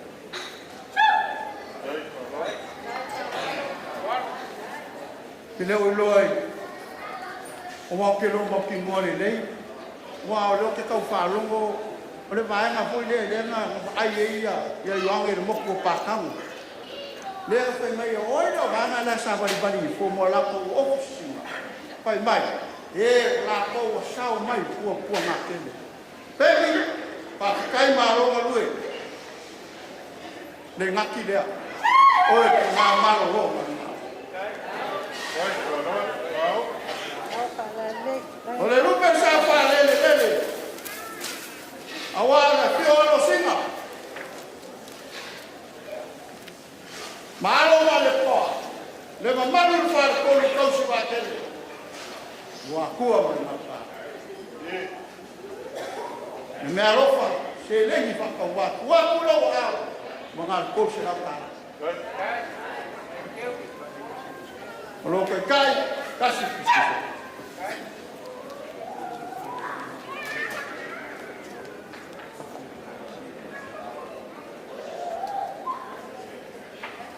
Tua. lau sunga le misionale o tātou kalesia. O e ngā kofi mai o le whalipai pae ke sau ke ngalue. Whawhikai lea kō kako mafu. Māronga lue. Whawhikai ya o anga so kapor sea ke mamu ya. Whawhikai kele lau sunga pule kako misionale. La fōu aku whāloalo.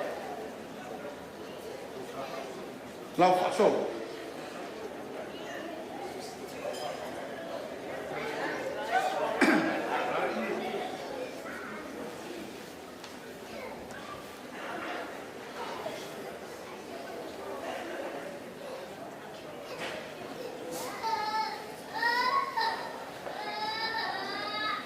Alo whangia lea kua ro whengai marinalo.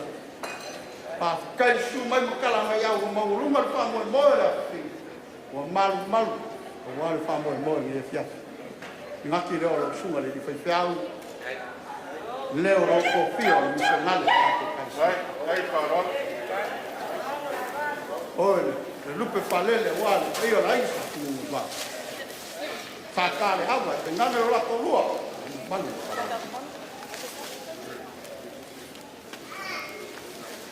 Ya, lo ko fa fonga mai ya. Na wa mafilo kasi de singia ta smoke. Ya. Porque o kusi o me alofa. La kukula kiki o runga la o kofi me samo. Pase la palala ko kusi. Ono ko kai. Ya. Ele kusi su.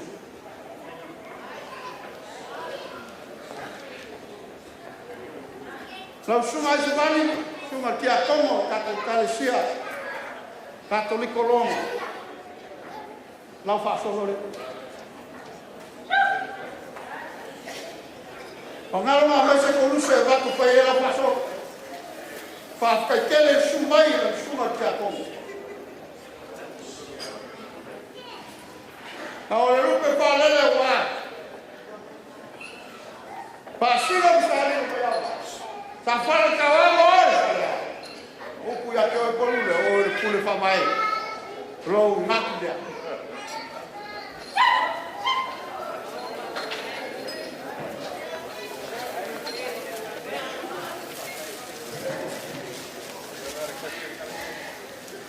Ya. Vale. Pa ka ua la pa. E ua fa peo le lupe fa lele ai no ko.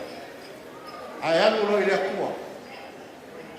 O ka ko umana no te pusi pase la kala kai ko ka ko ka fio ka mai a no kai o tu spisu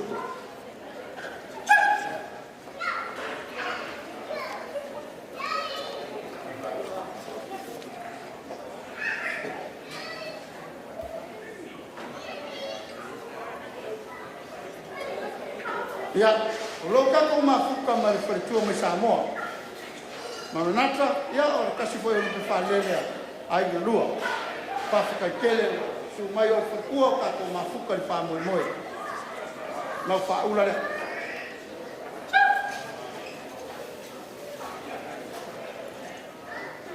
No apa wa ko fu wa le mamo ko le ba fiar o fiar.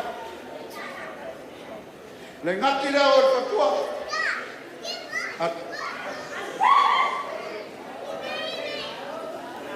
Alau ke kusi e korse la kala. Lo ka kai o kusi. Pa ke kele la fio ma tua. Ma o luma fa Moimoi pa kai pe uso pa kai pe pana. Ma mbao wa sa no wa e awa ma. O le fa kimo le ukule. Ainga pe ao fan. Ainga poko ainga pe soka. Pa ke kele la fio ma tua. Ya, aku pero mafuka mama Roma malo ya la. Ya.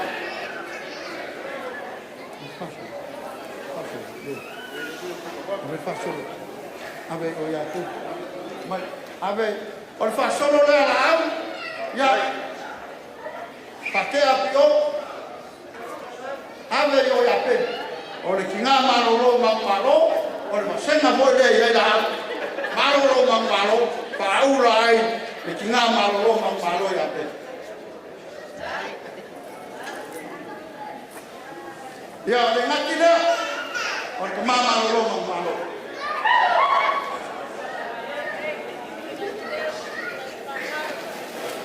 Nai pai te au le bon ta tunga lue ta no. Pa pe ka te la ke pusi.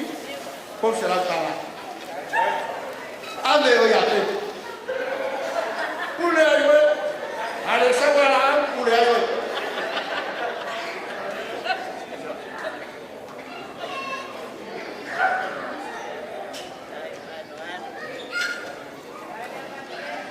Talo le fa fu ma mai ka tum kana luenga. E voi si si lo mai e ma si lo ki bayange to si kana luenga. Na wala ulier ki na malo ya Perenise. Pikai ke o ko shea o ko kwano para ai. Ai le no pe ko kuan me kam fa. Le le na malo ya Perenise. Paula a san o ya Perenise. Pura o Perenise uma a fakamala malo uma.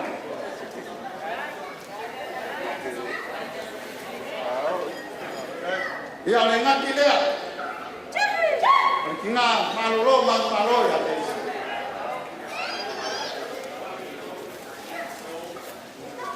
Olang ke kusi e torse la kala. Avere ao ten. Ya olang ke kai o le puso. Ele fa te aua o pio ma tinga malo. Au le aga ko o ma fa se na me aga ko.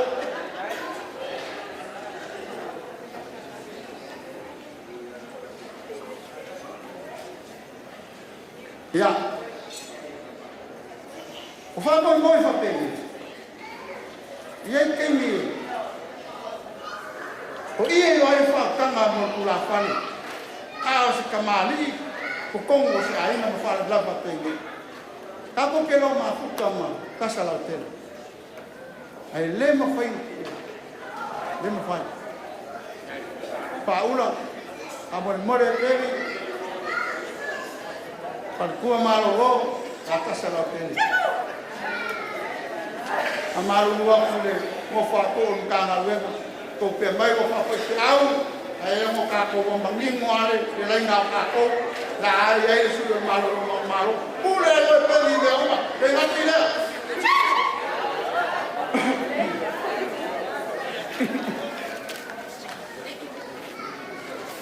Ya, la que pusile ko sila tala.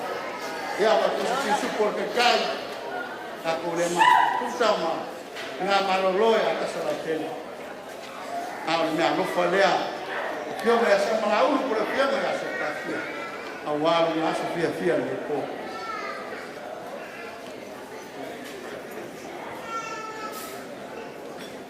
como foi na Aumale como kai e foi no kiti a faisa kala ula ya fia makala mai au.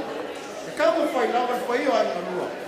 Sei fai wa ya ngangor fa kai ile vai makala Aumale. Lau fianga for ko missional. Tinta. Ya. Kalau ko kusile awa. La faula.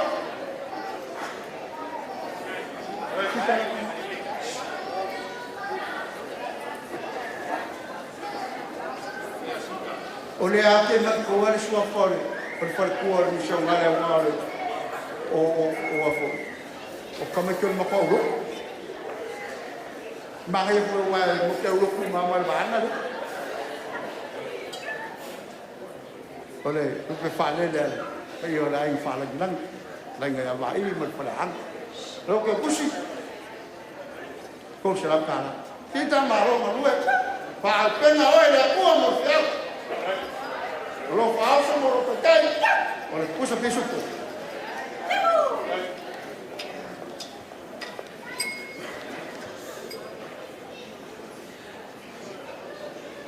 O fio por tua neta. Pa ficar sumai. Ya, que kau kiro mai po ani be ko ai nei mo fo. A oyo na ko le ku. Pa solo le. Manguia o fai war ko ko ingor na bena. me se sufi inga le tia kongo awa no wi o le nang lo ke pusi e ko se la kala malo ka kai e pusa pi supo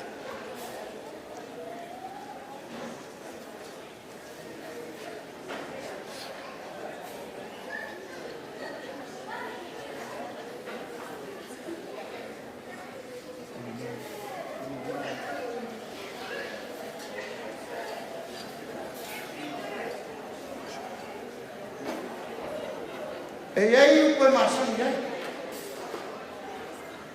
a uma lo me ala a ko me ala lo o uma kala sa kala paia la ko kala le paia kala le o ko maçã ile para pa me fa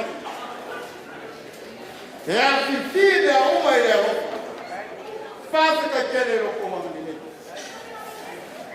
paia kala venga kuku mai ne ngofa ka fale mo kana pa fica kele ni o le fa mo ngoro ko o le kala mo ya au ma si mai ko si ka le ko mai mo aku ai ni chini sira ko ai o mako maka ele ku ya kama na rana le fio mai fio na pa fica ai mo ya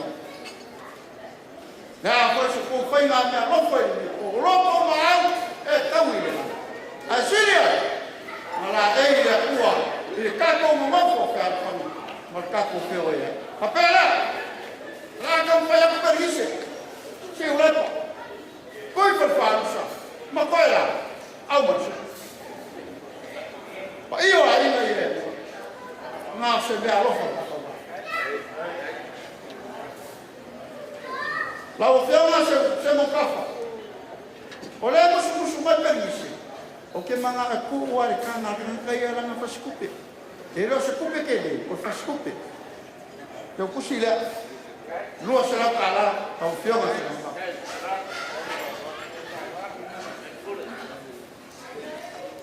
kai kwale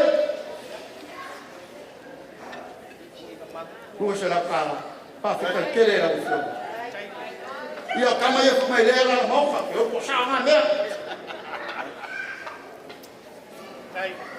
Kamasa ya dua serakala le me alofa faka wa Perenise mar paio ai no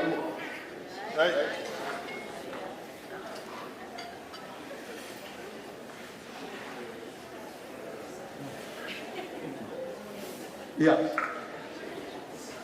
lau sunga ya fonga tanga gan lau karenga fiu malonga lui Afka kele amo ko koi man fa na lo fa Perenise lua será pa kai tiu la me ko koi la mala umi ka ko fia afka ngam kalo kasu ko mama ko na lema lua será pa la na lo fa Perenise ko si le kawa ka chile para mo mana me Siulepa, a kele a kalo, me alofa pakawa. Lau sunga seka, sunga wai malai, lua sera kala.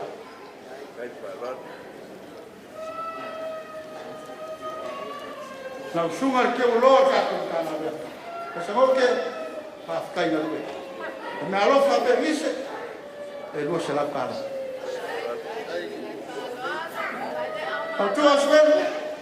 Faz que ele. Maloma me ama. Me alô fala quem é uma das palavras, mas pai ai malua. Ele o será para. Ai parou. Por que entra lá?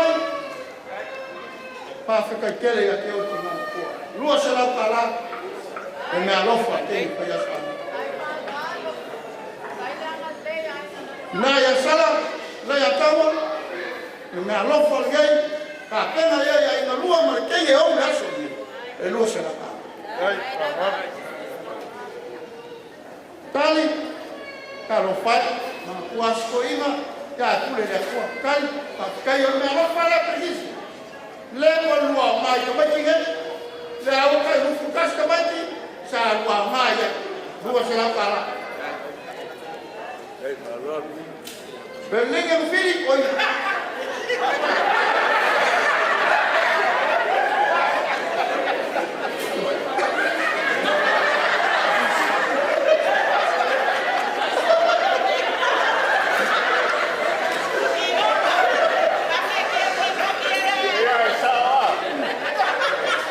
Aquele cofino, lua será calado, na lofa Perenise por Moimoi. Tanto hoje, aquele na lofa tem que responder, lua será calado. Mola sua, para aquele na lofa, aquele horas para lua será calado.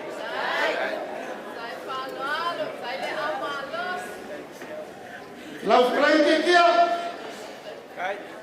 afka kele mo me alofa, dua será cara. Pabaru mo kam aluena, o me ogo e kupaia la no. Leva la kia. Alex, tulesa, dua será cara me alofa que e foi as panas. Awale ko makakuma. Chris, ya, me alofa e você lá para lá.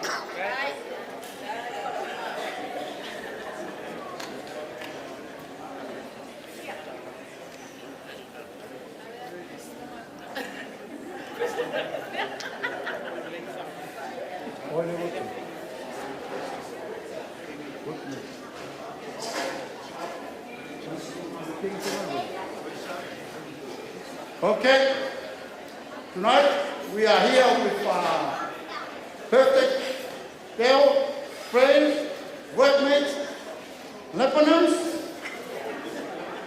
You girls from Lebanons?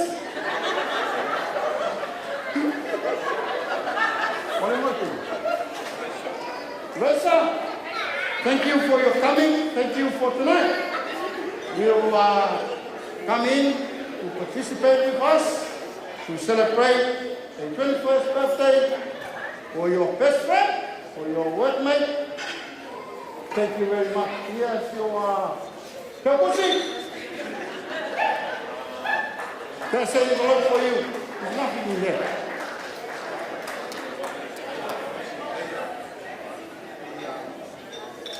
Hey, this is a gift for you. This is the way of our hospitality, of our respect for you guys tonight. Thank you for coming. This is the envelope with some money, big money for you.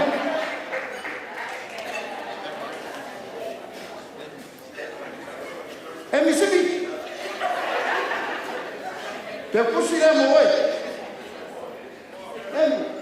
Amy, yeah, this is for you. Thank you. Thank you very much. Come. This one. Good. Yeah. Naya. Okay. Oh, my friend. Yeah. Olha minha lofa Perenise Moimoi. Naya. Phil. Yeah, I will take this as now more.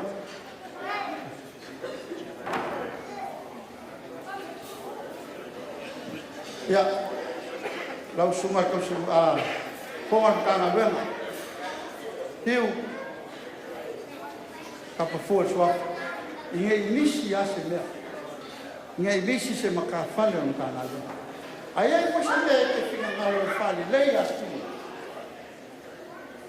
Pai Roma. Mga kuone wa pa so ponia le fa lo pa kekele lo kule le kai pa lo kai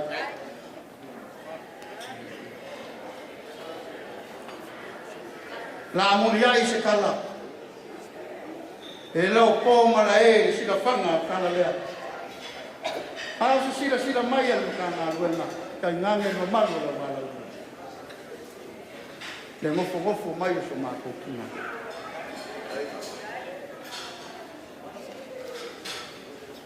Le vai aso ku ku mo fai le lufu kasio le skama. Le vai aso nei lo fai le lufu kasio te. Ola ma ko kala sa fai.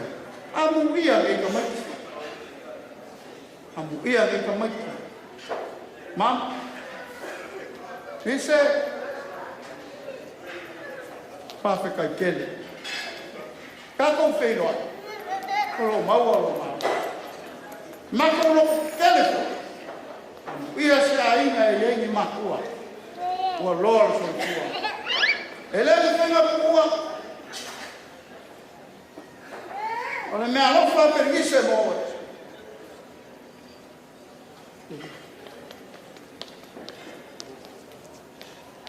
E kusa apo olo kamba le whaile lufu kasi. E whaki kusa le leia o e manau whainga luenga. Pōk se lau kāla. Pafi kai kele. Mana pisu pore ku la lo ko fangai. Awa wa. Ai ai la ka wai.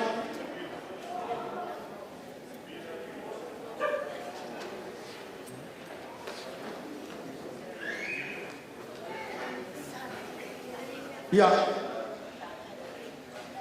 Le ku musu mai ka kai fili ma. O ola o leva ka usanga ka te ko te roa ya o me alofa te ki fa yaspana ya na ku wa ku wa ya la se la ka la au wa pa to wa me a me o fa ro wa ku ke ki fa yaspana u ma pa yo ai ya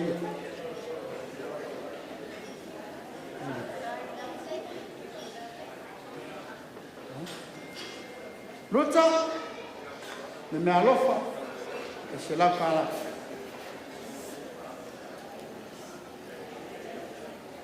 Na ufianga o Latu e le ma whainga kua e ui a whapea a ka kungo lapa ka kungo fo ai le whainga kua na ufianga o Latu o le se le whakawamo o e kamana moi whawawo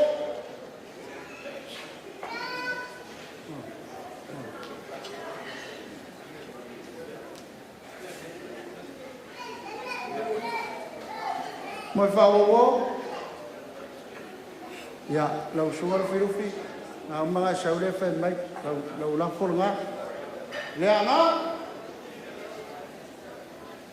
se lau kala malurua kung kanga wenga o ngā o lo fa solo la mane alofa ka mai ka o le nganga fia o le aiga e mese i lo ngaso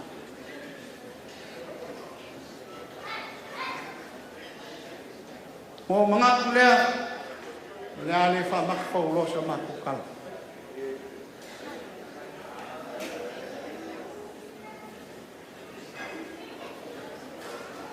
lau fionga le se ka poe nga peske nga lau so fa fan vai ange lau sunga le kausu ka nga venga lo ve ma pa io lau fina venga ke nga sa fa ina pa fe ka kele mo mia umo ni ya ko mo ka winga Perenise mo lo ngaso fa le u ka kele le wa ka e u mo mi ko mato falo mo longo ke ni fa yaspana pa ka kele man pa ia pa ka peske la super fan pa ka ia ka poina ko no mo fai wa ya ma a wal finga ngalo le aku a ma na ngalo ka fianga la sugar peske a ni chamale mangu ngalo na nga ma ya a pena ina o le aku olha a copa a guarda a uma cala de leia feliz pai ela só foi na recacia mo mo loco a com mo peça mata pa folora fora posso fora a guarda o que me foi mo na lá o senhor já mo viu aí eu dá na venda mo Whakamā inga e rea kua o konga au. Kala mai le langi le ko whapai. Ai mai ale a nganga le. O le kou whae se ini. O le moe e soe. A whai o leo lea. Ia koe e lai le langi i o matafoe. Manguia pai o tāna. No kou pai a inga. Mai se no penga la uma e mua e lao ai le penga le sia. Ia le anga le o tāna. Mauruma la wana uria. Pafka i kele le tala mi o. Whainga mea rofa o ni ko. Pafka kai a le. Lea, ma ko ke wha mole mole. O lea se whai kua o. Lea se mea o kaku whai ai Perenise mo pai o ai rua. Le whalwhara ruma. Whakawa ma trena le ma pai o ai no pāpanga. Ai la o kua ma sa mungia na pai e sara ulu me la uswa. Ai na pio. Le koe kau whangua al mai. Kau si wā tele. Si wā whakua. Kai nganga whikraina e wā kua manu banu. E iei si seo i te. E iei whare komu o mākou kanaka. A mākou whamui mole atu e whione. Seo mai paia o te ngā. Ai kai nganga le mau rumaru kāna. Nganga mara kāna mia. Ia lafo ia mu e lei ta maka ni mo fo. Pa pelo so mako kala ni. Me o mau foi. Mol mau. A ko lava o maka. O ia ka ko pia.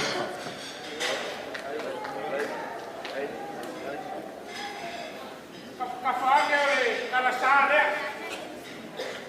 Le sur kai kai o le sau hima. Sunga e au whai ngā luenga. Le kapua inga i le.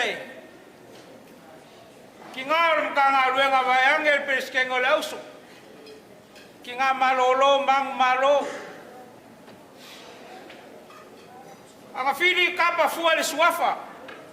E kula i le ama man whaaro kele kawai. A e whinga ngalo ke kanga lo kusi e whamaku mai se mingu. Se i sore pule le makanga luenga. A whai e maua se kasi. Ka wai ngā o whango whapi i wā le ai se pai pa ngore. Sa moe ke le yo ia. O lau whako makau aku le lau. Ka re ngā whiri. Ia, le ka kumkanga luenga. O ka ko masangi aso whapengei. Ele ai a se kaukai e le fia sisi aso whapengei. Ele ai vo se kaukai nga sa bali mai. Ke iloa sa ko ka penga. Le ala le oro paso so aku. A mai a sa u koko wha. A whai ai se koe inga e fia la uma e le aso ngei. E au o fia le whai lau kusi. A whai whai a mai ko whaku kuanga o ke whai a ska kaukala lewa uma. Umpo le aso ngei. Nga ska ko whawhikai maro whaloaru. Whawhikai. Ka whawhikai ki wale. Matu langona lo se funga. Ma lo le yaso ma le tala me se ko tapo i a inga. Matu langona whawhikai mo fia ta ko fiafu. Ma lo fu bena fala le ta. Na la fanga ma tapua. Alo na kai pa le na whautanga wa ni ngaro ta tu ma tu ha pe ko tapo i tanga nga ma whaloaru. Kai kai kalo la koinga Ake aku kiu mole. Ibeloa male whakaupia. Wa malu kawe e ruka pumalu. Mongi au. E ia se koinga ngā muku le ngoa. Wa le Moimoi male aso le whangau. Lele wa kakara le pai koa le whare karakala e pio kala i konga i le mawalunga o le kai au male aso. Wa le whaukanga wa o pia le malu. Ka tenga lawa i o ka Moimoi. E wha kai ko pā e o sunga i whonga ngu. le ua pea le wingo pa moe ma o mga kumai ka kumkanga we ele ya nga umaku ki ko le mau le wingo ka we ya ka ko la ma oi kai le ku e pa ai nga le upo le li kai wa mo li mo sa mo ka kala le ma ka kumaka ko ya mo mira ko pa kai kai siaka mo le fa mo yanga ya de masasalo Hiu. Ia. O filau. Kai. A me ka ua ngi asu. I lau mai kau mara falo. Falo ale wa langa fero kusi se. Fa ka ua ka kumkanga me. Mere ka ua i lau falo ngomaro. Kai. Ma se. Pa mo fo ngi asu. Ele se manga. Alo nga se kalai. Kai. Ola ma ko ka kwa i mo ngiro la. Kai ka kwa. Kai le fa murianga o le ali masasalo wila ua kai ke woloa pa murianga pa ye ka pa Aumale ye le ai ale ai na ko fa murianga e ai fua se leo on tanga lu e la leo lo fa so soa mai al ko fa pai vo ye figa sa ngora pa ye ka pa Aumale o ke au fi Fea tui le apa male pinga o tele fiu o leo e fetalai winga nei asu. Manatu fui wa vela fala gai. Ai te tonu la vel fatau va tangata e whenga sui o tapa au mai nga nei. Mal nei asu mal famoe mo o tu mo lunga. Leo fetalai san mianga e winga le asu nei. Alo ina fetalai. Lele mali lo tia. Wila lau nga matu tapai. Falo tele. Tai. O le awa maea o ngā sia kua sivi o maunga. O le foi o uma o ngā kofu le loloko le ngā kaifale. Ma ua alu laso a kanga le vakenu. O le avea lo vai e wha leo se ko wha i le kala lea. Ai o ke le alu loa. Le anga o lea sa maua i lau whalongo. O lea iai sa moa poko i le so. Ngā o so ak. A whai e iai se kako marofa rolongia o e fia fekalai ngai asu ya a fai ele ya kapo e maya aga fini kapa fuel suafa o leo se kuli o vale wa ala wa kapisa le aso ale ase o ngā fa Moimoi o sa malauru. Lea lea. O le kukura au fa mwiki mai al pai al kana lea. Makua mkanga luenga vayange makua singok. Aya lea ufa ngā luenga kutofi a lea kua. Lea umaloro mangu malo. Lea lea o le kapisa. O ka konfesira fai ei. Le ngei a fiafi maka ngofie. O ngā o le fa Moimoi o sa malauru. Ste o kafia kala ngoi nge yaso anga fili. Awale aya se vai pangoa sa moa ele yo o ye la fa ukanga. Ya ile la ukal komunga. Ora aure ko ya sale o ma samile. Ai kauma fa ya kus pa ya kala le ala nga fa nga ka le wa e kala le konga. Wa e kala le la ka bu ka fe wa e kala le pi malele. Ai ala la wie. Sai masinga.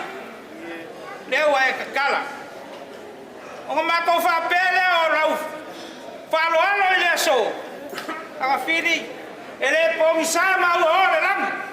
Pa mai o se kuru inga maka u e pa u le. E fai ka dia uma. O ra falo alo ngai ile so. Se wa papa o mako kumwa. Wa maliele fa ko kanga aga fili fa kai lo po wanga le. O ngoro ko sila ya Perenise. Peia o kako whalongo longo, ile mori mau ar kinga.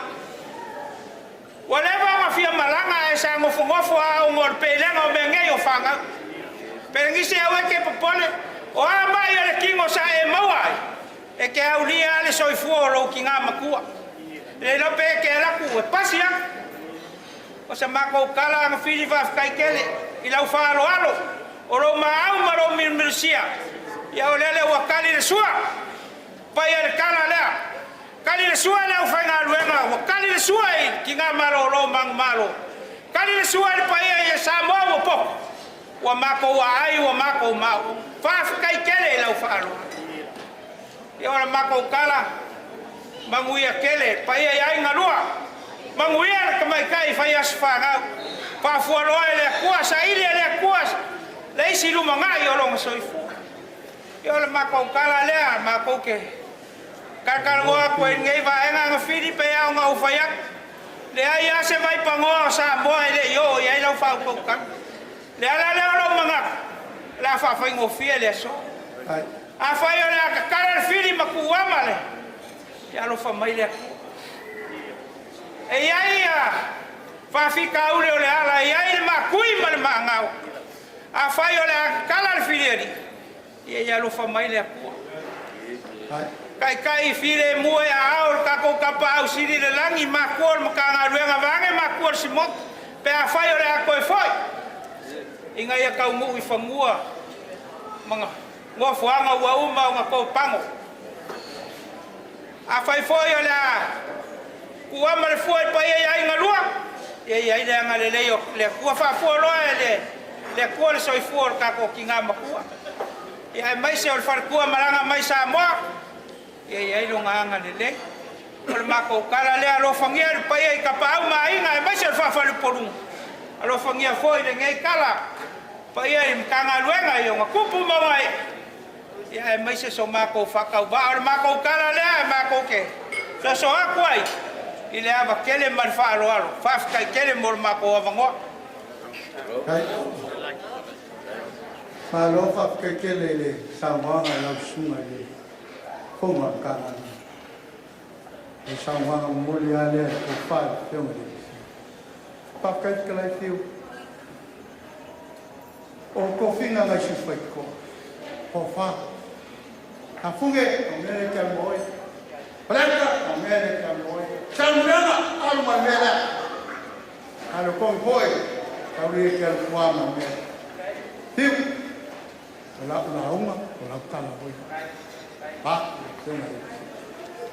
pera ele que fa kai ka ko pera o plan o se fa fa le ko yo ai mo ma venga al fa sa ka wa que nana kleina tiene ko yo ai na ella nei tu la le nana ma lu no le fa ka o le nana pera tiu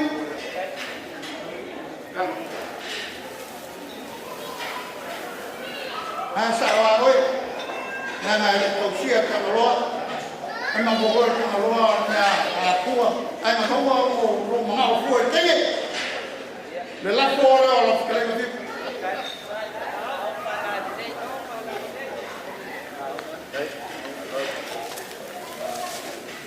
tiu lo será para mo le foi la fora ya para ku sti ko ka Paskai fa ka.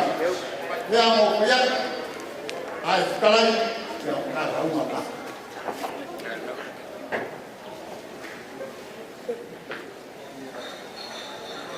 Tau fiona le la un pakala. Ko siwe ko sai kuma. Kam fai la la ko. Paskai ke. Kai la fa mu ngana mu ya na na kana la. Tau klenga mu talo. Aquele, os aquele que ele já fala, o bom ganha, lá mal sabe. O super vai mais. O coloco por camo. Sair com faz, a certa. A ami de suma e molho. O camo fora. O lá fora. A tua Pakaitin, malo merkau singal lo ko ba ko e tinga malo malo. Afkai mo fakam payo yesa. Do la ko.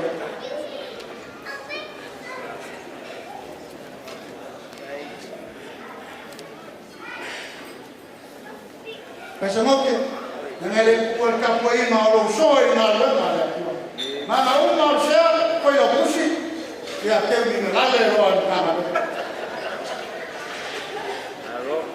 Lo la fora, suma ke.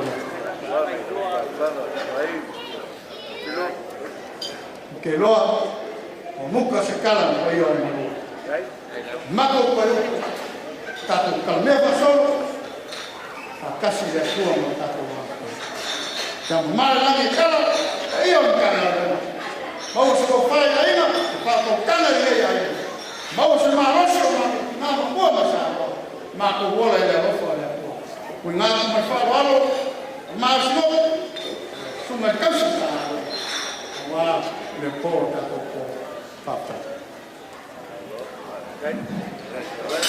e ia lau whionga ti a kono le lau ko ia stato tala in ka foi ale ni fiaf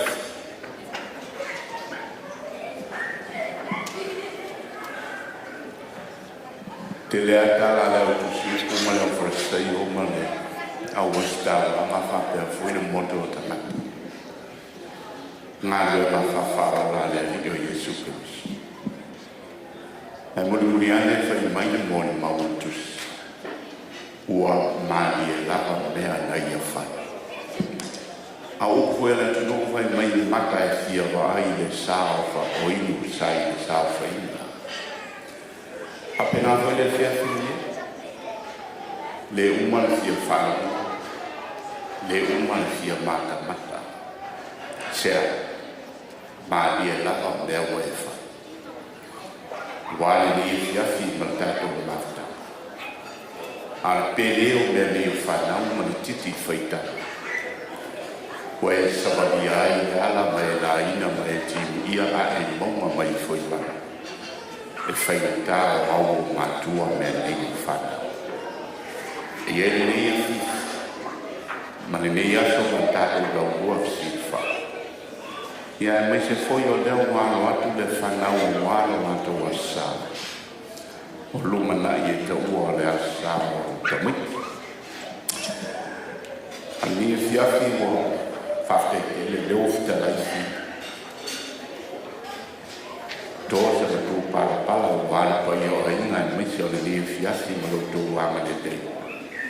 Se o wha alo ma le tali o ma whale a waso mato o mai. A me fiafi no me o fai.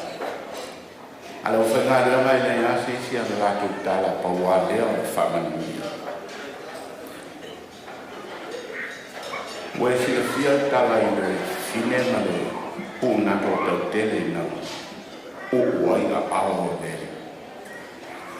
A whame tala tusi o umona o uai a ao lere.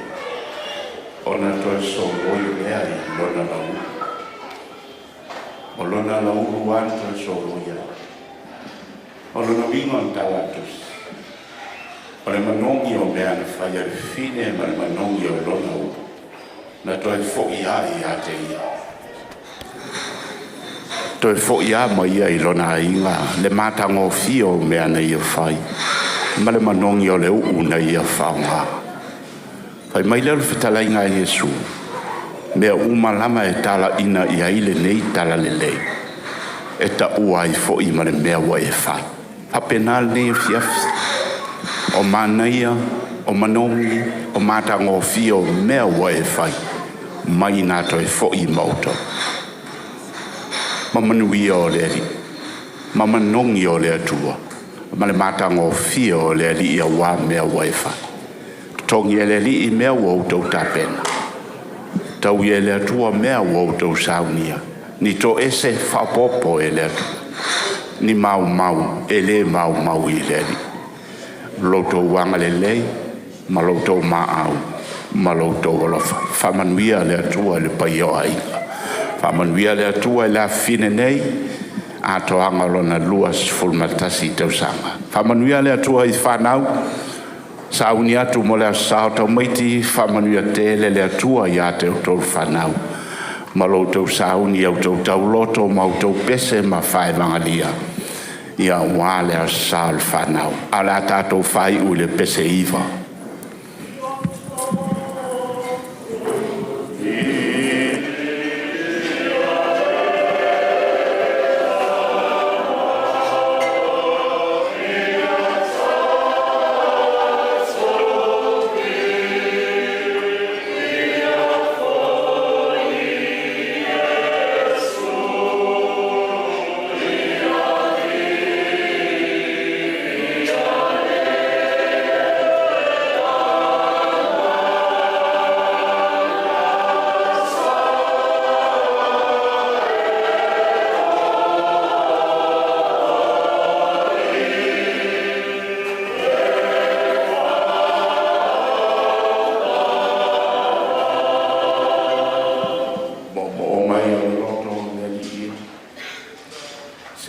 mātou whai ia lava lo suafa. Le angalele o tangata maai ngā wale ne fiafi. Tau I matatongi e loa nganga mo lau whana. Whamanuia le a whine nei o a laio na mātou poto poto. Ia iai whatasi mo manuia. Whamanuia le whanau. Fauta pena walo lato wa sa. Whamole mole ia malu lava I o aolo lato wala. Pea mātou ta apele ne e fiafi. Tuli loa ina I mātou umai o lava manuia. Whamole mole soani mai lo mātou vai vai.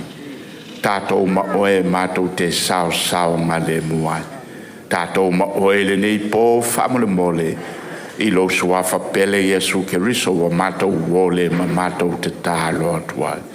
Ia I lunga pa I o a inga mai mātou o malama lo manuia. Ta mā oe le alo male nganga pa ia mā futa mai mātou nei. Se ia o I le whawa vaulava. Amen. Amen. Mai se whamanuia wa. I uwhia whia lo tātou o fiafi. Hibit. Hibit. Ia, mia ni fiafi.